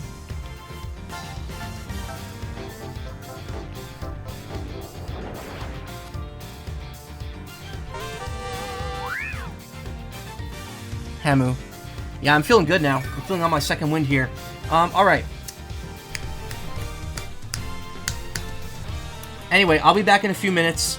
Just give me a couple minutes to switch everything out and also take a quick bathroom break. And I'll be back with, like, maybe an hour and 45 minutes-ish of Zelda. So take care. There'll be more Edgeworth real soon. We'll start the final case. And God help me, we'll finish this game by next week. Hopefully.